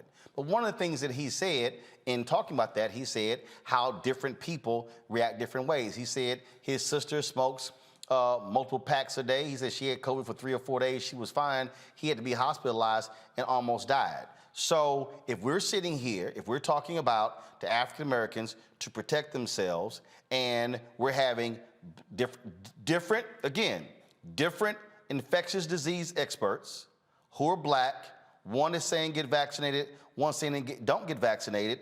There are people who are saying, well, what in the hell are we supposed to do? Who the hell are we supposed to believe? Well, the reality, Roland, you have to really understand virology. You have to have really been in that world, in that space. Right. Like we've had other virologists on who said, get vaccinated. Well, let me explain the terms. We have a word called trophism in virology. Trophism means the ability of an organism to cause an infection, i.e. you get the flu, guess what happens? It affects your lungs. Well, this virus is completely different. This virus has what we have multitrophism, which means it can affect every cell in your body from your eyes, nose, lungs, hearts, etc. So you can have all types of different reaction. Yeah, there's going to be people that are going to have different reaction because they might have a different viral load. Maybe they got more viruses in their nose. Maybe they breathe more in their lungs, etc. But the reality is that if you look at the vaccines down this line, what is your neutralizing antibodies? Simple question. That's your test. In CD4 is very important in HIV patients. Your neutralizing antibodies is very important. So what test? PCR test, home kits? No, we're talking about neutralizing antibodies. Got it. Which is not, I inject you, your body produces IgG, neutralizing antibodies that are supposed to eradicate the infection. What is that number? This is when I told people 2 years ago, before the vaccine was here, you will be getting booster shots the rest of your life. And we're going to be getting Alpha, Beta, Megatron, Deltron, Planet of the Apes. They're going to keep going down because there is no long-term immunity to any coronavirus. I teach this stuff. I'm a professor of virology. On my exams, there's no long-term immunity to coronavirus, period. What book are they reading?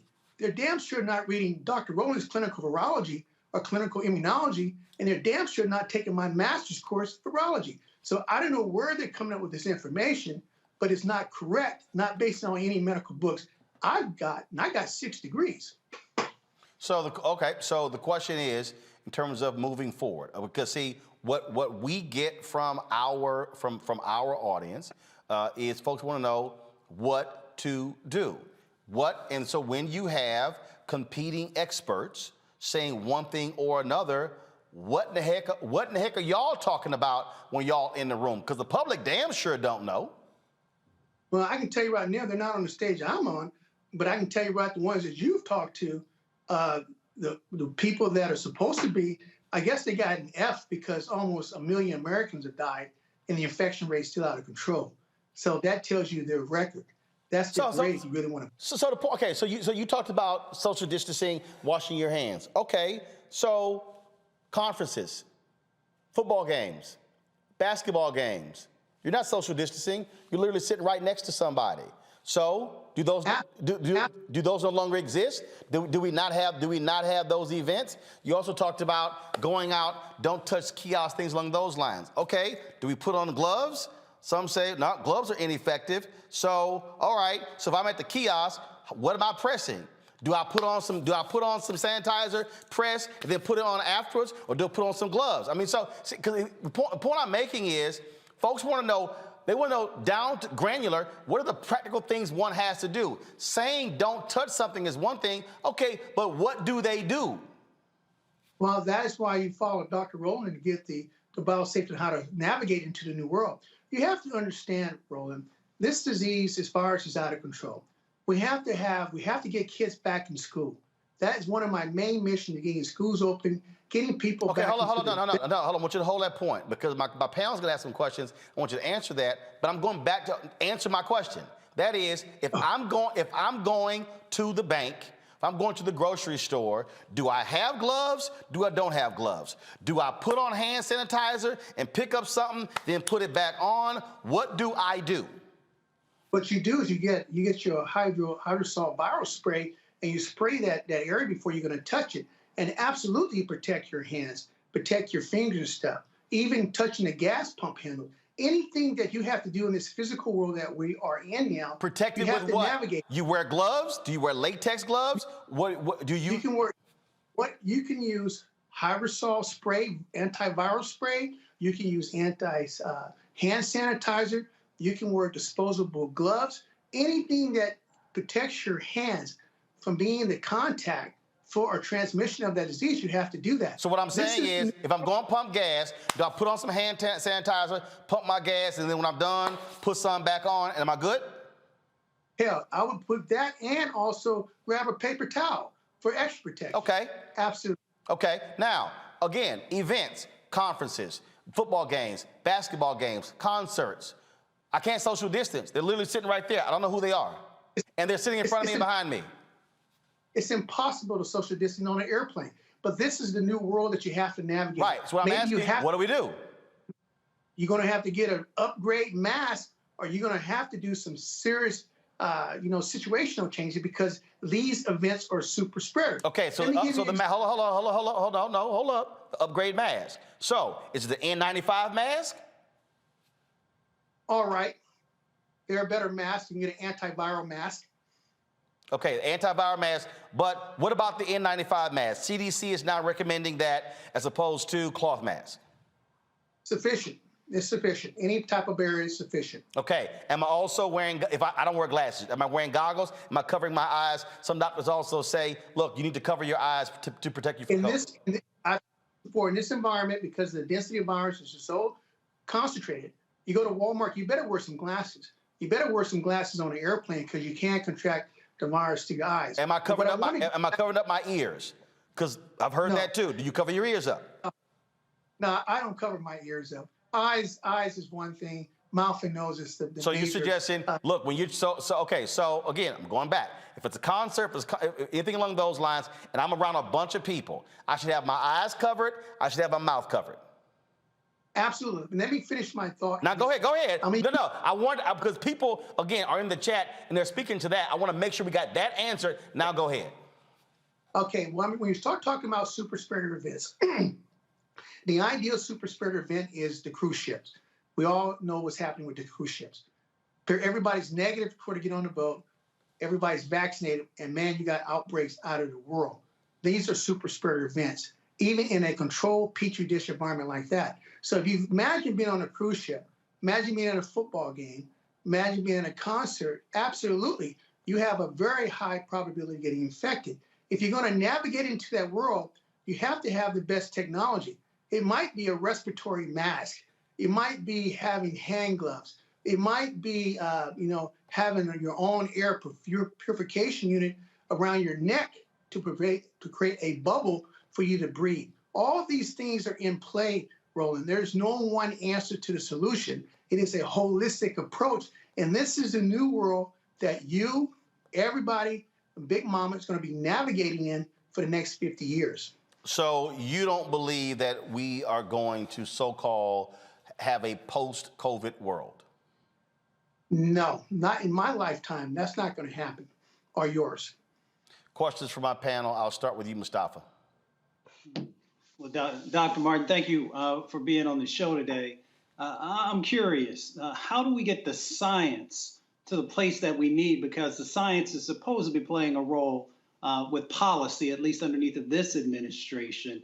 And if we can't get the science right, then I'm not sure how we get the policy right. Well, I'm sorry, brother. The reality is they lost the science. It became a political issue. I'm trying to be, the straight shooter, always have been. I believe in science and medicine, and that's why people can't shoot me down, because it's based off the books. The reality is that the science got played. The reality is that people really didn't understand RNA viruses, especially coronavirus. People don't realize that when it comes to RNA viruses, they're very difficult to treat. Ebola, dengue, I can go down the line, and what happens is that when you put a political element into a science realm, you get a bad outcome. This is where we're at today. You can't have people in the government tell you that they didn't see mutations coming 2 years ago. I mean, that's basic science with RNA virus. So it shows you there's a significant disconnect, and people are not really living the real world. But folks are living it now because the Omicron is changing everything. Ball game over, done. Teresa. Yes, thank you so much for coming on and giving that different perspective. So I'm curious because, I live in Philadelphia. It's the city, largest metropolitan city, but largest in poverty rate.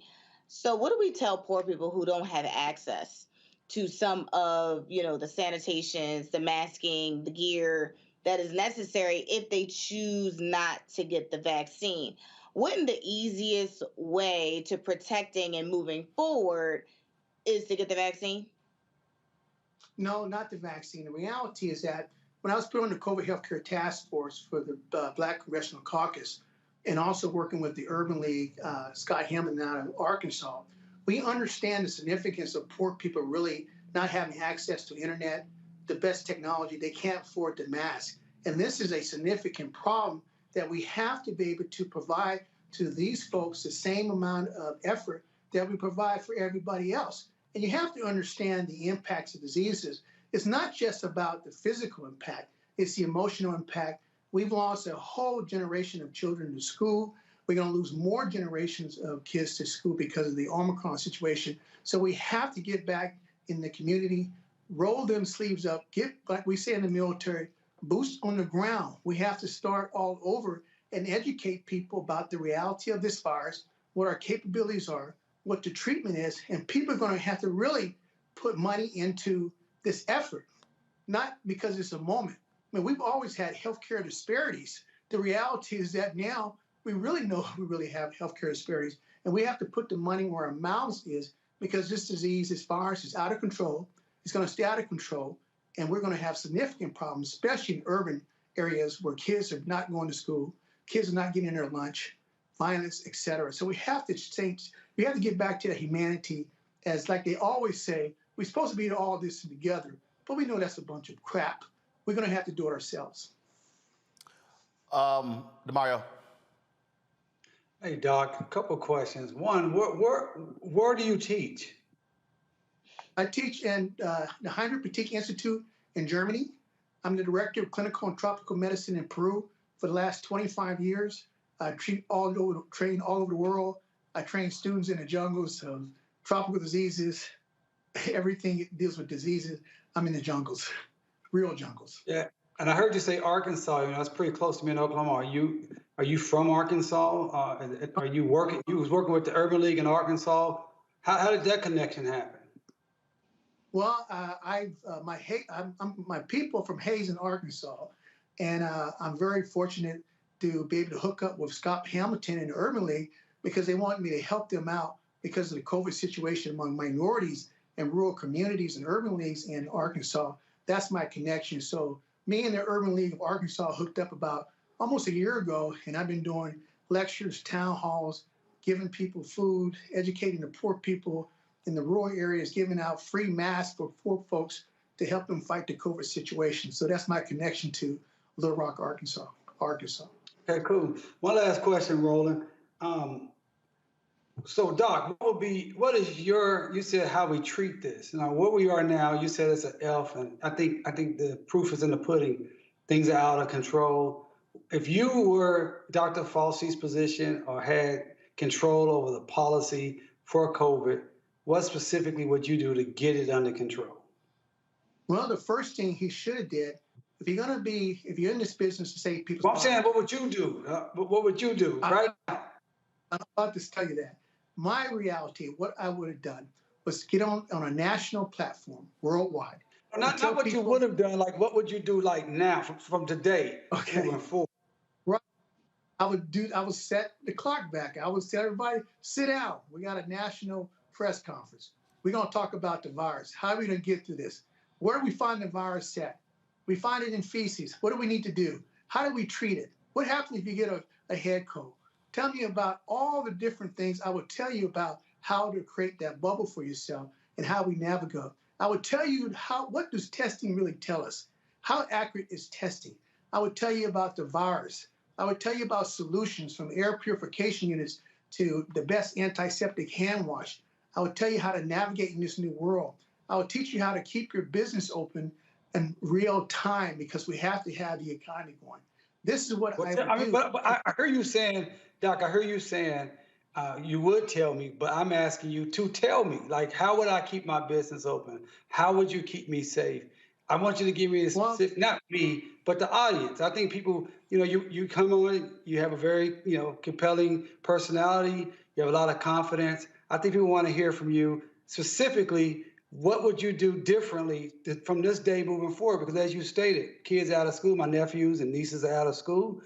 People want to figure out how to move forward. People are afraid to go back to work. I think Roland has given you an extended period of time to, give your perspective. So what I'm asking specifically, what would you do today to stop this out of control virus?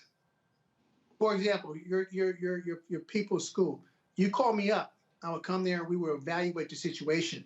I would look at your weak points. I would create that biosafety security protocols at your individual institution, i.e. as its foot mats. What do you have in your doors? What's your air purification unit? Are you spraying your school buses? What are you using to control your bathroom? Because the infectious disease rate is high in the bathroom. How are kids going to be able to eat with their masks? I would come there and my team, we would self-assess, and then we would implement the best biosafety security protocol based off of what we call situational awareness. Maybe you guys are doing it 50%. Maybe you might not be doing it at all, but we would implement that to make it happen. With that, we will also add the famous thing that a lot of people forget is that we would test. We would test the individual institution to find out if the virus is in the building. I've tested schools in the United States, and we found the virus on vacuum handles, cleaners. The janitor was spreading the virus in the school. So this is the type of high-tech biosafety security protocols that Tapeta, my company, and myself will provide to save people's lives and be able to navigate into this new world. All right. So those are the Mustafa, you had an additional question. Dr. Martin, I was just, at the beginning of the pandemic, everyone talked about Dr. Roland. Dr. Roland, I'm sorry. Yeah. Everyone at the beginning talked about the 1918 flu, the H1N1 influenza, and we know that it went through a number of sets of mutations and is even still around today, but of course it's not as impactful as it once was. Do you see COVID-19 following a similar track, or do you think that it's completely different? I mean, I understand sort of the overall structure of it, but for the audience, what should they expect? Well, the reality is that the coronavirus pandemic, this is not the first time this has occurred. This occurred 20,000 years ago.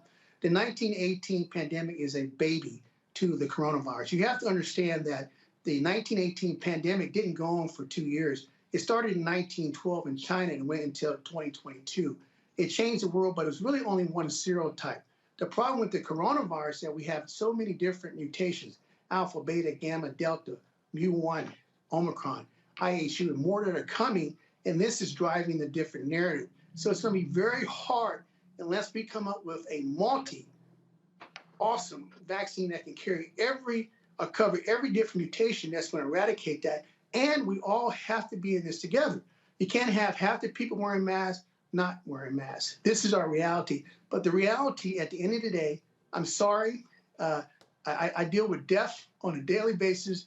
I've seen stuff that will blow your mind away. I deal with reality. And folks, this is your new reality.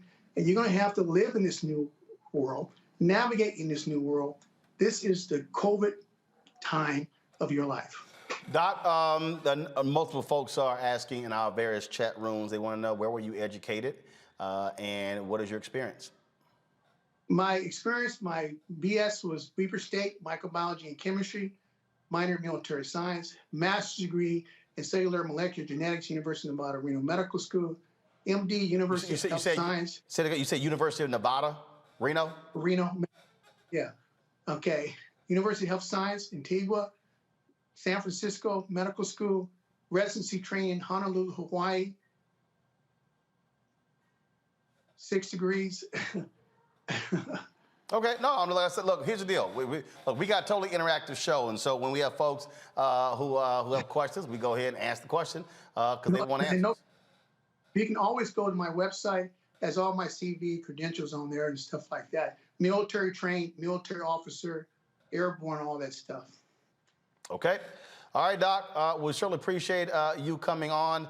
Like I said, we've had numerous, we probably now have done more than 150 plus COVID segments. We've had HBCU professors, we've had virologists, we've had infectious disease experts, ER physicians, numerous people who've been on and so offering their perspective.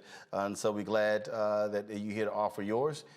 And I've even actually had a couple of people, a couple of doctors have already said that they want to come on to refute some of what you had to say. So again, we'll let the experts do what they do. Well, that's fine. I just want to thank you for giving me the opportunity. I've been following you for about 1.5 years on this space too, and I look forward to doing a part 2 and let's make it happen and go out and save lives. That's what it's all about. I appreciate it. Thank you so very much. See, it's very interesting when we have these conversations. I love some of these folks who are like, oh my goodness, why have the conversation? Because again, that's why we talk to the folks who actually have the training and the experience. Now, if you disagree with that, you disagree with it. Like I said, I've had some doctors who reached out who said, absolutely, I disagree with him. He's wrong. Absolutely get vaccinated. And so again, we're going to have that conversation. But I'm telling y'all, what we're not going to do, we're not going to have people who don't have any expertise in any area, have no training whatsoever, having these conversations, because we need to hear from folks who do have that training. So you've got epidemiologists, you've got infectious disease experts, you've got virologists, you've got all of that. That's why we have the conversations. I told you, if we're talking about the issue of the law, we're going to have legal experts. I'm not going to have somebody who ain't a lawyer sitting here breaking down the law. Same thing, you're not going to have somebody working on your car who don't know how to fix a damn car, who has no expertise at fixing a car, and reading a manual ain't it. And so, again, that's why we do what we do. Coming up next, we're about to have a conversation about John Hope Bryant, a company he's working with, what they're working on when it comes to in the area of housing, economic development. We talk about, again, black folks in business. I like to talk to black people who are actually in business to talk about black people doing business. Folks, you want to support what we do, of course, download the Black Star Network app. You can do so on all available platforms: Apple phone, Android phone, Apple TV, Android TV, Roku, Amazon Fire, Xbox One, and Samsung Smart TV. You can also join our Bring the Funk fan club, where every dollar you give goes to support what we do with our staff traveling all across the country and the world, bringing you the kind of news you're not going to get elsewhere. Cash App is $RM Unfiltered. PayPal is R Martin Unfiltered. Venmo is RM Unfiltered. Zelle is Roland at RolandSMartin.com. Roland at RolandMartinUnfiltered.com. Folks, I'll be back in a moment.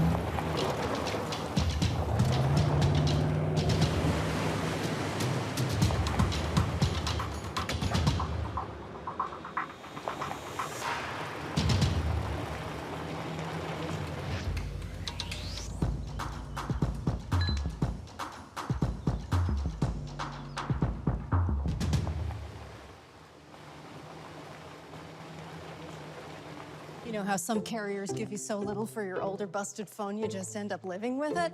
I don't think so. Verizon lets you trade in your broken phone for a shiny new one. You break it, we upgrade it. You dunk it, doggy bone it, slam it, wham it, strawberry jam it. We upgrade it. Get a 5G phone on us with select plans. Every customer, current, new, or business. Because everyone deserves better. And with plans starting at just $35, better costs less than you think.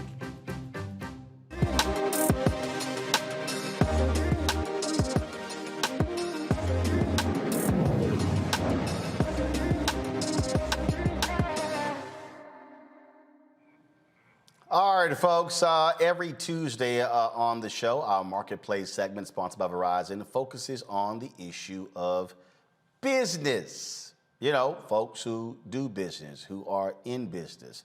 That's why we have this segment. It's always great to actually have these discussions, because what it does is it allows for us to be able to give you some practical insight into how folks are operating in this world when it comes to so many different areas. The nation's largest black-owned single-family rental company in the United States, they've secured a $200 million debt facility from the global investment management firm Barings. Now, last week, the Promise Homes Company announced the transaction, representing one of the 10 largest capital raises for a black-owned company over the last decade. Joining me now is John Hope Bryant, the founder and chairman and CEO of Promise Homes. He also, of course, founder of Operation Hope. You've seen John on the show before. Glad to have him back. So, John, explain to folks who don't know what this $200 million debt facility is.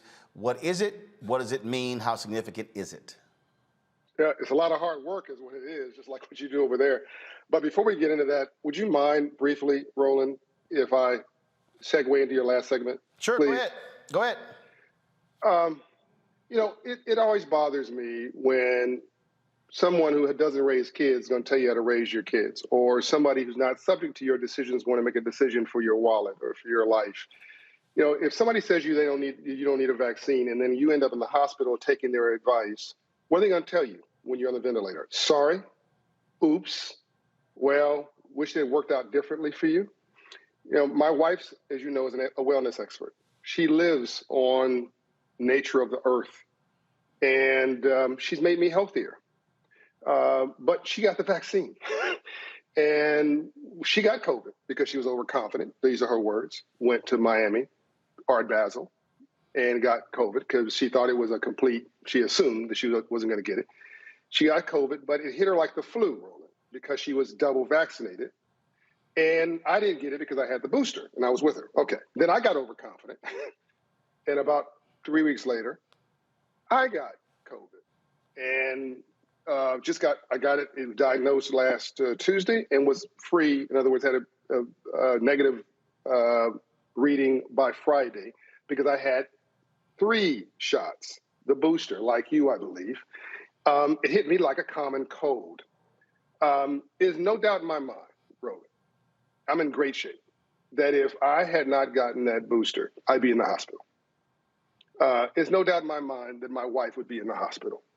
And 99.4% of everybody who's in the hospital, with a tube in their throat or dead, are unvaccinated. I think this is a very dangerous thing we're floating around here. We need to knock it off. We've been taking vaccines since we were born, right? What's wrong with this one, right? The flu used to kill millions of people all around the world. 100 million people, my bad. It's still killing 32 million a year. But this thing is killed 32,000 a year, I think the number is, I'm sorry. This thing is killed 800,000 people in less than 2 years, and it ain't stopping. And there's no cure for it. We need to knock it off. We need to stop playing with this. People know less about their Tylenol than they knew about this vaccine. I mean, about this approach of being unvaccinated. The problem is that this was created in a political environment, and as a result of it being created in a presidency of a near crazy person, I guess nobody trusts it. But as you know, one of the people who created one of the primary vaccines, the one I took, is a Black woman. I mean, we just need to root ourselves in some facts and some science and go to the CDC website. I mean, they're not crazy. Well, I can tell you right now, I took the vaccine, had no problem taking it, and if I hadn't taken it, I would be taking it today or tomorrow. Simple as that. And like I say, I've had enough doctors and experts on this show that we've been breaking this thing down since February of 2020. And so I have absolutely no problem whatsoever taking that vaccine. Yeah, I got COVID, really was sick. Max tops 3 days, yep. Fever, yep. Chills for a couple of days, yep. and then that was it. Came out of it, but yeah, that's just where I would be. And look, like I said to people, I've had other doctors who've reached out to us who say they would love to come on the show tomorrow to refute everything that Dr. Roland just said. I said, not a problem. That's why we talk to those very people. And so that's what people ask, what are your credentials? Where'd you go to school? There are some people who are saying, oh, you know what? He went to a medical school in Antigua. I'm not trusting that. Or went to this school, I'm not trusting that. Okay, that's why people make those decisions. But we are going to present to you African Americans, Black folks who are experts in areas. And again, if you want to believe them, that's fine. But that's why we have numerous segments. We're not just talking to one folks. The problem I have is when people want me to talk to people who have no credentials whatsoever on anything in that area, but somehow you're an expert. So let's talk about internet doctors. Well, yeah, as I said, TikTok, YouTube doctors, and I'm not listening to them. All right, so let's go right to it. What is this $200 million debt facility? What does it mean? What does it do? So Ambassador Andrew Young would say to live in a system of free enterprise and not to understand the rules of free enterprise must be the very definition of slavery. We just finished celebrating Dr. King's formal holiday yesterday, and I think if Dr. King was alive today, the work of what I call social justice through an economic lens is the work he'd be doing. That's what this is about, really, beyond the business deal for me, is this is creating a whole new lane and hopefully an expressway and then a freeway of economic opportunity for all of us, because I think the new color is green. But to answer your question, according to Black Enterprise, this transaction, and we didn't know this when we were doing it, we were just doing it. But according to Black Enterprise, this is the largest transaction in real estate involving it's one of the top 10 largest transactions, period, of access to capital. That's really what this is. Regarding an African-American entrepreneur, they would like to say ever, but being conservative, they'll say in the last decade, there's just not a lot of data around it. It's certainly the largest in real estate in recent history. There are other people who are bigger in real estate, Russell and Company, and there's a bunch of folks, not bunch, there's 2 or 3 companies that are larger than me in real estate who are Black. But in single-family residential space, I'm the largest single-family residential rental space. And this acts as a capital deal is really about, I mean, you get your, for somebody watching this, the analogy would be you got approved for a credit card. You got $25,000 limit. God bless you. Fantastic. You got approved for a mortgage for a home. $500,000. Fantastic. You got a line of credit approved for, $100,000 for your business. The analogy here is that this is a $200 million debt facility from Barings. So it's a line of credit for $200 million. And I used $85 million of debt and about $45 million of equity to recapitalize my Promise Homes company, pay off Freddie Mac, pay off City National Bank. I don't mind getting into details if you want to, by the way, Roland. You're the first person I'm going this level of detail on. This was just announced last week. So, you tell me, you ask me what you want. I'll go into as much detail as you want. And paid off my investors. So I ended up as a sole owner of the company and then did a recapitalization and rolled that former company into a joint venture, a new company where I own half of the joint venture, the new Promise Home Company, call that. And we basically going to try to grow the company, what's called 10X. So the company was $150 million worth of real estate. We want to grow that to more like $2 billion worth of real estate. This debt facility does 2 things.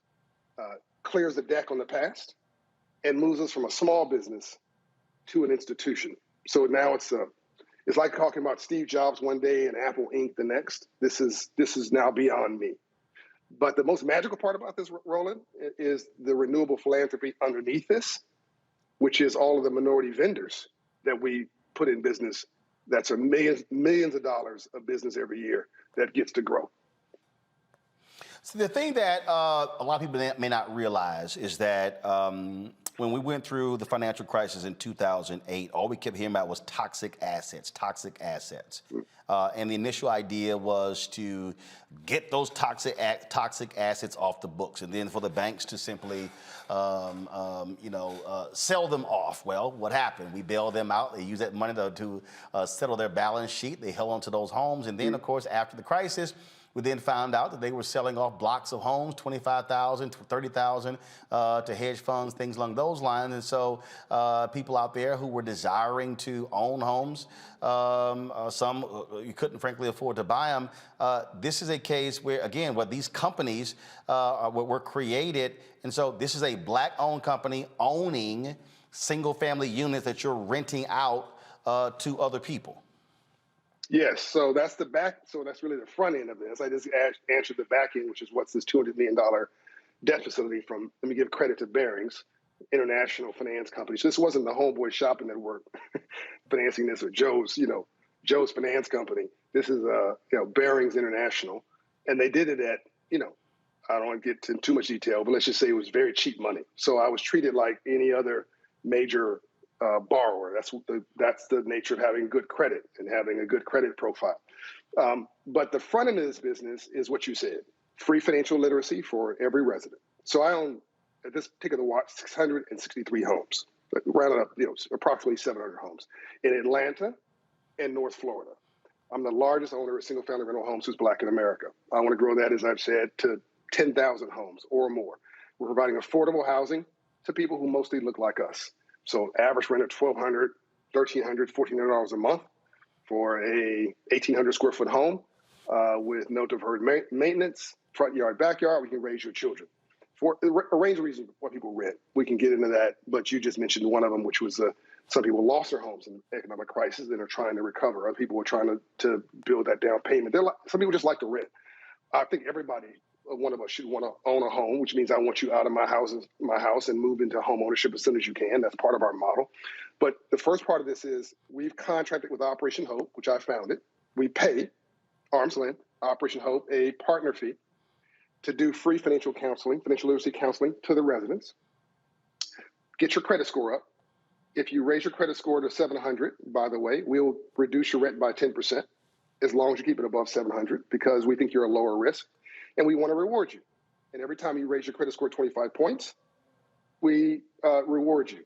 You pay on time, we reward you. Now, you got to pay your rent, so it's not a freebie. But, for those who are ride or die with us, we're ride or die for them. Number two, this is my favorite part, Roland. 65% of all of our vendors are minority and women. So plumbing, electrical, lighting, roofing, landscaping. I'm sure I missed some categories. But these are folks who have a high school education, or you can't have a high school education, and some of them are highly educated. Skilled labor, though, who do a good job. They're being paid either a living wage or building wealth through contracts. And I have one vendor I know in particular. I know that one vendor's made $1 million plus on me last year alone. Maybe more than that. I know it's like $100,000 a month. Just one vendor, minority vendor, and that's transformed their business. They're putting people to work. They're sending kids to college. They're paying their dental bill. They're going on vacation to Europe, right, or wherever, Africa. The third thing we're doing, and the bigger the company gets, Roland, the more we can grow that minority vendor pool. That's what I call renewable philanthropy. The third thing we're doing is moving people from rent to own. So you prove you're a good tenant with us, we'll give you a shot to own a home. You can buy one from us, or we'll help you by we'll sort of vouch for you with a lender. And there's a Wall Street Journal article people can read about how we made people who look like us homeowners. That's, in short, the business model. It's not really complicated. 41% of us own a home, so we got to fix that.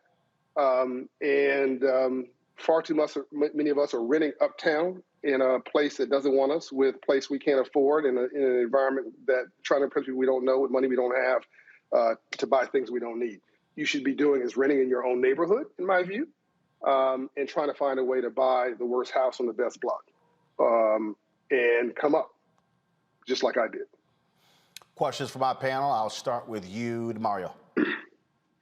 Man, thank you starting with me, because I don't have much time here. Brother Hope, John Hope Bryan, I'm a big fan of your work.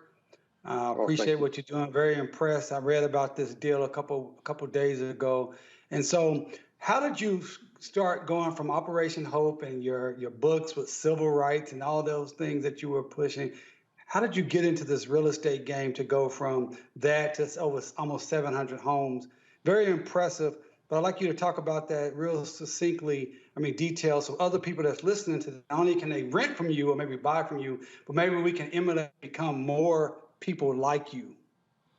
Yeah, well, thank you, and much respect for you too, brother. I want to do a master class with this at some point, so maybe I'll conspire with Roland at some point to try to sort of break this down and get into a level of detail. But for the sake of this brevity of this conversation, I've always been an entrepreneur. I was an entrepreneur before I founded Operation Hope. I started my first business when I was 10 years old. I'll save you the story. People can look at it online. I got a financial literacy course when I was 9 years old. I remember asking the banker, what do you do for a living? Banker was teaching a class on financial literacy. What do you do for a living, and how'd you get rich legally? And he said, I'm a banker and I finance entrepreneurs. And I said, I don't know what an entrepreneur is, but if you're financing one and it's legal, I'm going to be one.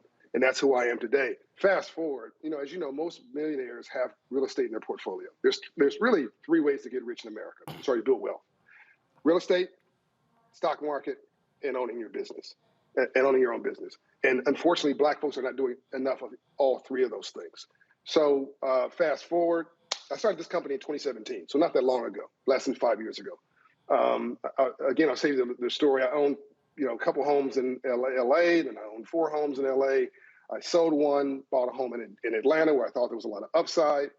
Then I saw a lot of potential in Atlanta. I got I put some of my money up and my own seed corn, but I also got a couple of my billionaire friends to also back me with what was in a couple $1 million. It was pennies for them. Maybe they just did it out of charity. I don't know, but I took it seriously. And that was like, just a few homes. And I just built my model and proved it, and just kept doubling down. And as people were selling no homes in our neighborhood, I was buying. Buy, rehab, and rent. Buy, rehab, and hold. I never sold. And our neighborhoods are gold mines. And the values of my properties went up steadily, but between 2019 and last year, went up 41%. Atlanta went up 41%. Just think about this. Atlanta, a Black neighborhood, went up 41% in appreciation and value in our neighborhoods from 2019 to 2021. And that's really the story. You can make a story, build a business on income, or you can build a business based on wealth appreciation. You build wealth in your sleep. Make money during the day. You build wealth when you sleep. It's compounding. We don't know enough about building wealth. We really obsess too much on what I call lifestyle riches, making money. But those are two different things. DeMario, thanks for your question. I appreciate it. I'm sorry, go ahead. Yeah, one thing, Brother Brian, I'd love to get you down here in Tulsa with our Justice for Greenwood Foundation and things we're trying to do. We have some real estate holdings and some developments we're trying to do. We would love to talk to you about maybe partnering with us. Absolutely. And I'll show you how I accessed $40 million from Freddie Mac and $15 million from City National Bank. And, I'll break it down how I did it. It's not magical. And it didn't matter. I mean, there was no tax. Not only was there no tax that I was Black, actually, I used it to my advantage without any government programs or anything like that. But I used my race as an advantage in my community. My understanding of my community as an advantage, as an asset. And, you have to ask yourself a question when you're watching this. Do you believe in yourself? I mean, is the glass half full or is it half empty? If you think it's half empty, just turn off the TV set. But if you believe it's half full, then you need to say to yourself, how can being Black and knowing my neighborhood and being astute and focused and never getting out, how can that be an asset? Our neighborhood is undervalued. An inner city in France is called Paris. An inner city in the UK is called London. Only in America do we throw away inner cities and try to move out of them, and everybody else is moving into them. All right, Teresa, your question. Yes, absolutely. I am just taken back. I was actually looking at your website for a little bit more detail.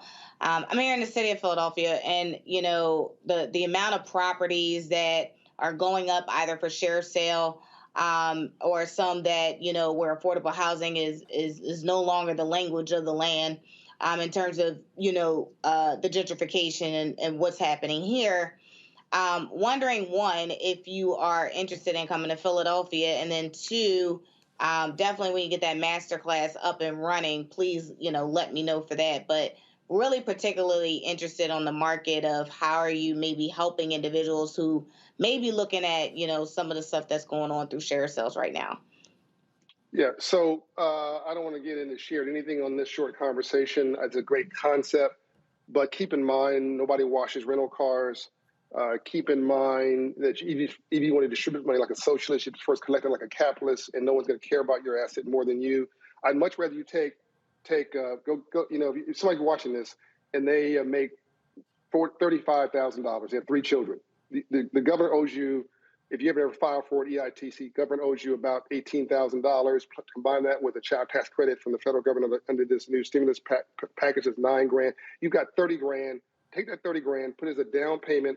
Take 15 grand, buy a rehab home in Philadelphia, a tear down home, buy it for almost next to nothing, get a construction loan to rehab it, put $15,000, $20,000, put $5 grand in a reserve account, and you'll now end up with an asset worth, I'm guessing, $70,000 to $100,000, and then rent it out, and then let that stabilize for a minute, and then use the equity from that one to then buy a second one. And then once you've done that 3 times, you've got sustainability, and that real estate will only go up in value. Real estate has never gone down. Somebody's going to watch this and go, John, you're wrong. That's actually not true. I'm not wrong. Here's what's happened. This is what real estate's done. Stock market too. It's gone up. Then there's a crisis. It dips. What do Black folk do? We sell on the dip. And then what happens? It then corrects above the line every time. Then another crisis. 10, 20 years later, it goes down. What do? We sell on the dip. We get all wigged out. Somebody else buys it and goes up to the next level. We need to buy, rent, and hold. And I just gave you an example of how somebody making $35,000 can do that. And go to Operation Hope, get your credit score up, because we're raising credit scores 120 points in 24 months. We do that for free. So that's a little business plan right there for somebody not even as sophisticated as you. So yeah, shared this, shared that's all cool. I'd much rather you do something on your own where you control the hustle and you control the outcome, and then partner with somebody else in time. All right. Mustafa, final question for John Hope Bryant. Yes, Brother Brian, it's always inspirational and aspirational every time that you come on.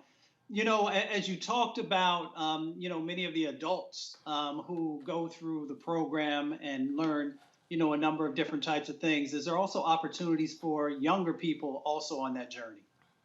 Absolutely. We've got Hope Business in a Box Academy. I'm now mixing metaphors now. This is Operation Hope, my nonprofit.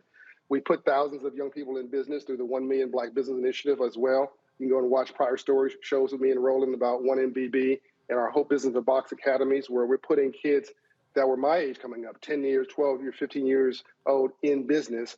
And there's hundreds of stories and videos people can watch on young people starting businesses and owning real estate. We should start early. Look, you farm club, if you're in Canada, they'll tell you who the NHL players, hockey league players are in elementary school, the pros, because they identify them. Where do we find our football players, our basketball players? We farm club them in middle school. And then by the time they get to college, they're already destined for the pros. What do we do with entrepreneurs, small business owners, real estate investors, securities and lawyers? Nothing. There's no farm club system in our neighborhood. Now, we are experts at social justice. We'll tell you discrimination, Black people, a mile away. We'll tell you police brutality 5 miles away. But we can identify a stock or a bond or real estate investment in our own neighborhood the way we should. This has to become the new movement. Social justice through an economic lens that starts early, as you said, with young people. All right. John Hope Bryant, I appreciate it, man. Thank you so very much. Good luck with it. And like I keep saying over and over again, people love saying, hey, we need more Black-owned businesses. I say, no, we need Black businesses with capacity, building capacity. This is only the beginning, Roland, just like with what you're doing with your content, only the beginning. All right. John, thanks a lot. God bless you. DeMario, Mustafa, Teresa, I really appreciate y'all joining us today on the show. Thank you so very much. I'm going to go to a break. When we come back, I'm going to have a few more headlines, folks, and then we're done. You're watching Roland Martin Unfiltered right here on the Black Star Network.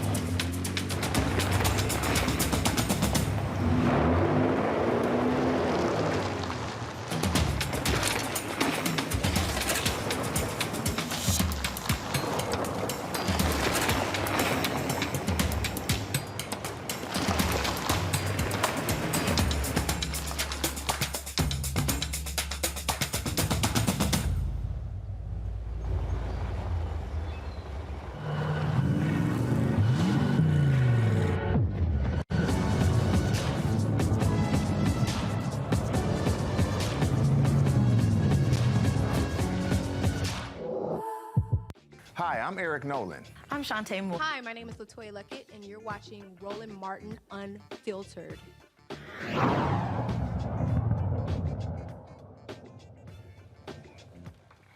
All right, folks, the former Chicago police officer convicted in the fatal shooting of Laquan McDonald is getting out of prison next month. A jury convicted Jason Van Dyke in 2018 of second-degree murder and 16 counts of aggravated battery. Now, when Van Dyke gets released on February 3rd, he would have served 6 years and 9 months. That's about half of his sentence. He will be on parole for at least 2 years. All right, folks. An investigation is underway after body cam footage shows a Florida male cop grabbing a female officer by the throat after she tries to pull him away from an alleged suspect. Y'all, watch this video. It's crazy. I got it, folks. The footage shows Sergeant Christopher Police, the Sunrise Police Department, okay, leaning into a police car and hovering over a handcuffed black male suspect while holding pepper spray. A 28-year-old unidentified female officer approaches him and pulls him away by tugging on the back of his belt in response. He then confronts his subordinate and grabs her by her throat. The incident took place in November. The 21-year veteran has been assigned to desk duty while the department investigates the incident. Man, see, we talk all the time about officers stepping in, doing the right thing. Here he sits here and basically attacks his own fellow officer. Folks, Virginia's outgoing Attorney General says police in Virginia Beach used forged documents linking people's DNA to crimes to get them to confess. According to the state's Attorney General's Office of Civil Rights that led the investigation, Virginia Beach's police department used fake reports from the Virginia Department of Forensic Science in at least 5 cases between March 2016 and February 2020. The city's police department has changed its policy in the wake of the probe. A city spokesperson maintains the practice, no shock, was legal. Folks, Virginia Governor Glenn Youngkin wasted no time signing several executive orders after being sworn into office over the weekend.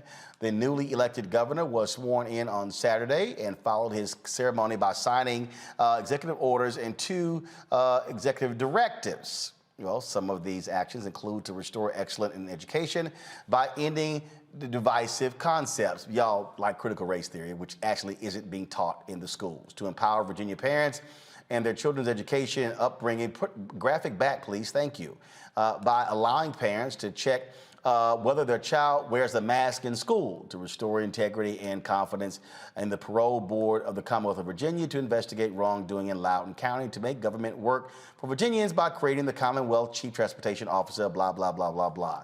Bottom line is, y'all, we know exactly what it was doing. And so he ran on critical race theory, which actually didn't even exist. But that's just one of the things that you see. So, and like I said earlier, we see Republicans are doing all they can to move forward with trying to use this to impact people, again, to vote in the midterms. The oldest living Tuskegee Airman, folks, retired Brigadier General Charles McGee, has passed away. He died Sunday at the age of 102. McGee flew in over 400 combat missions and was awarded numerous accolades for his service. While in the Air Force, he battled segregation and racism. The Tuskegee Airmen were a primarily African-American group of military pilots and airmen who served in World War II. McGee celebrated his 102nd birthday just last month. Got to give a shout out to that alpha man. All right, certainly we mourn his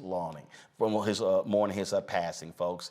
Historically Black churches across the country will be receiving help. $20 million worth of support. The Lilly Endowment donated the funds to the African American Cultural Heritage Action Fund to support the Preserving of Black Churches project. St. James AME Church will be the first to benefit from the significant donation. The church was founded in 1868 and will receive $100,000 to repair damage from the Kentucky tornado.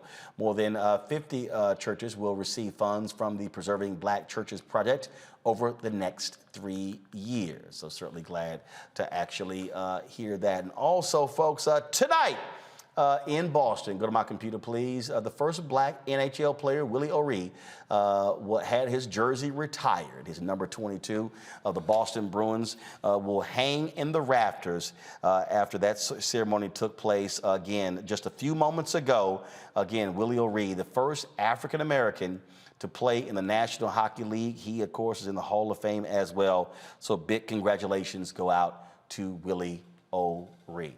Folks, that is it for Roland Martin Unfiltered. Again, if you want to support what we do, please download our Black Star Network app. Apple phone, Android phone, Apple TV, Android TV, Roku, Amazon Fire TV, Xbox One, Samsung Smart TV. You can also support us in what we do by joining our Brina Funk fan club.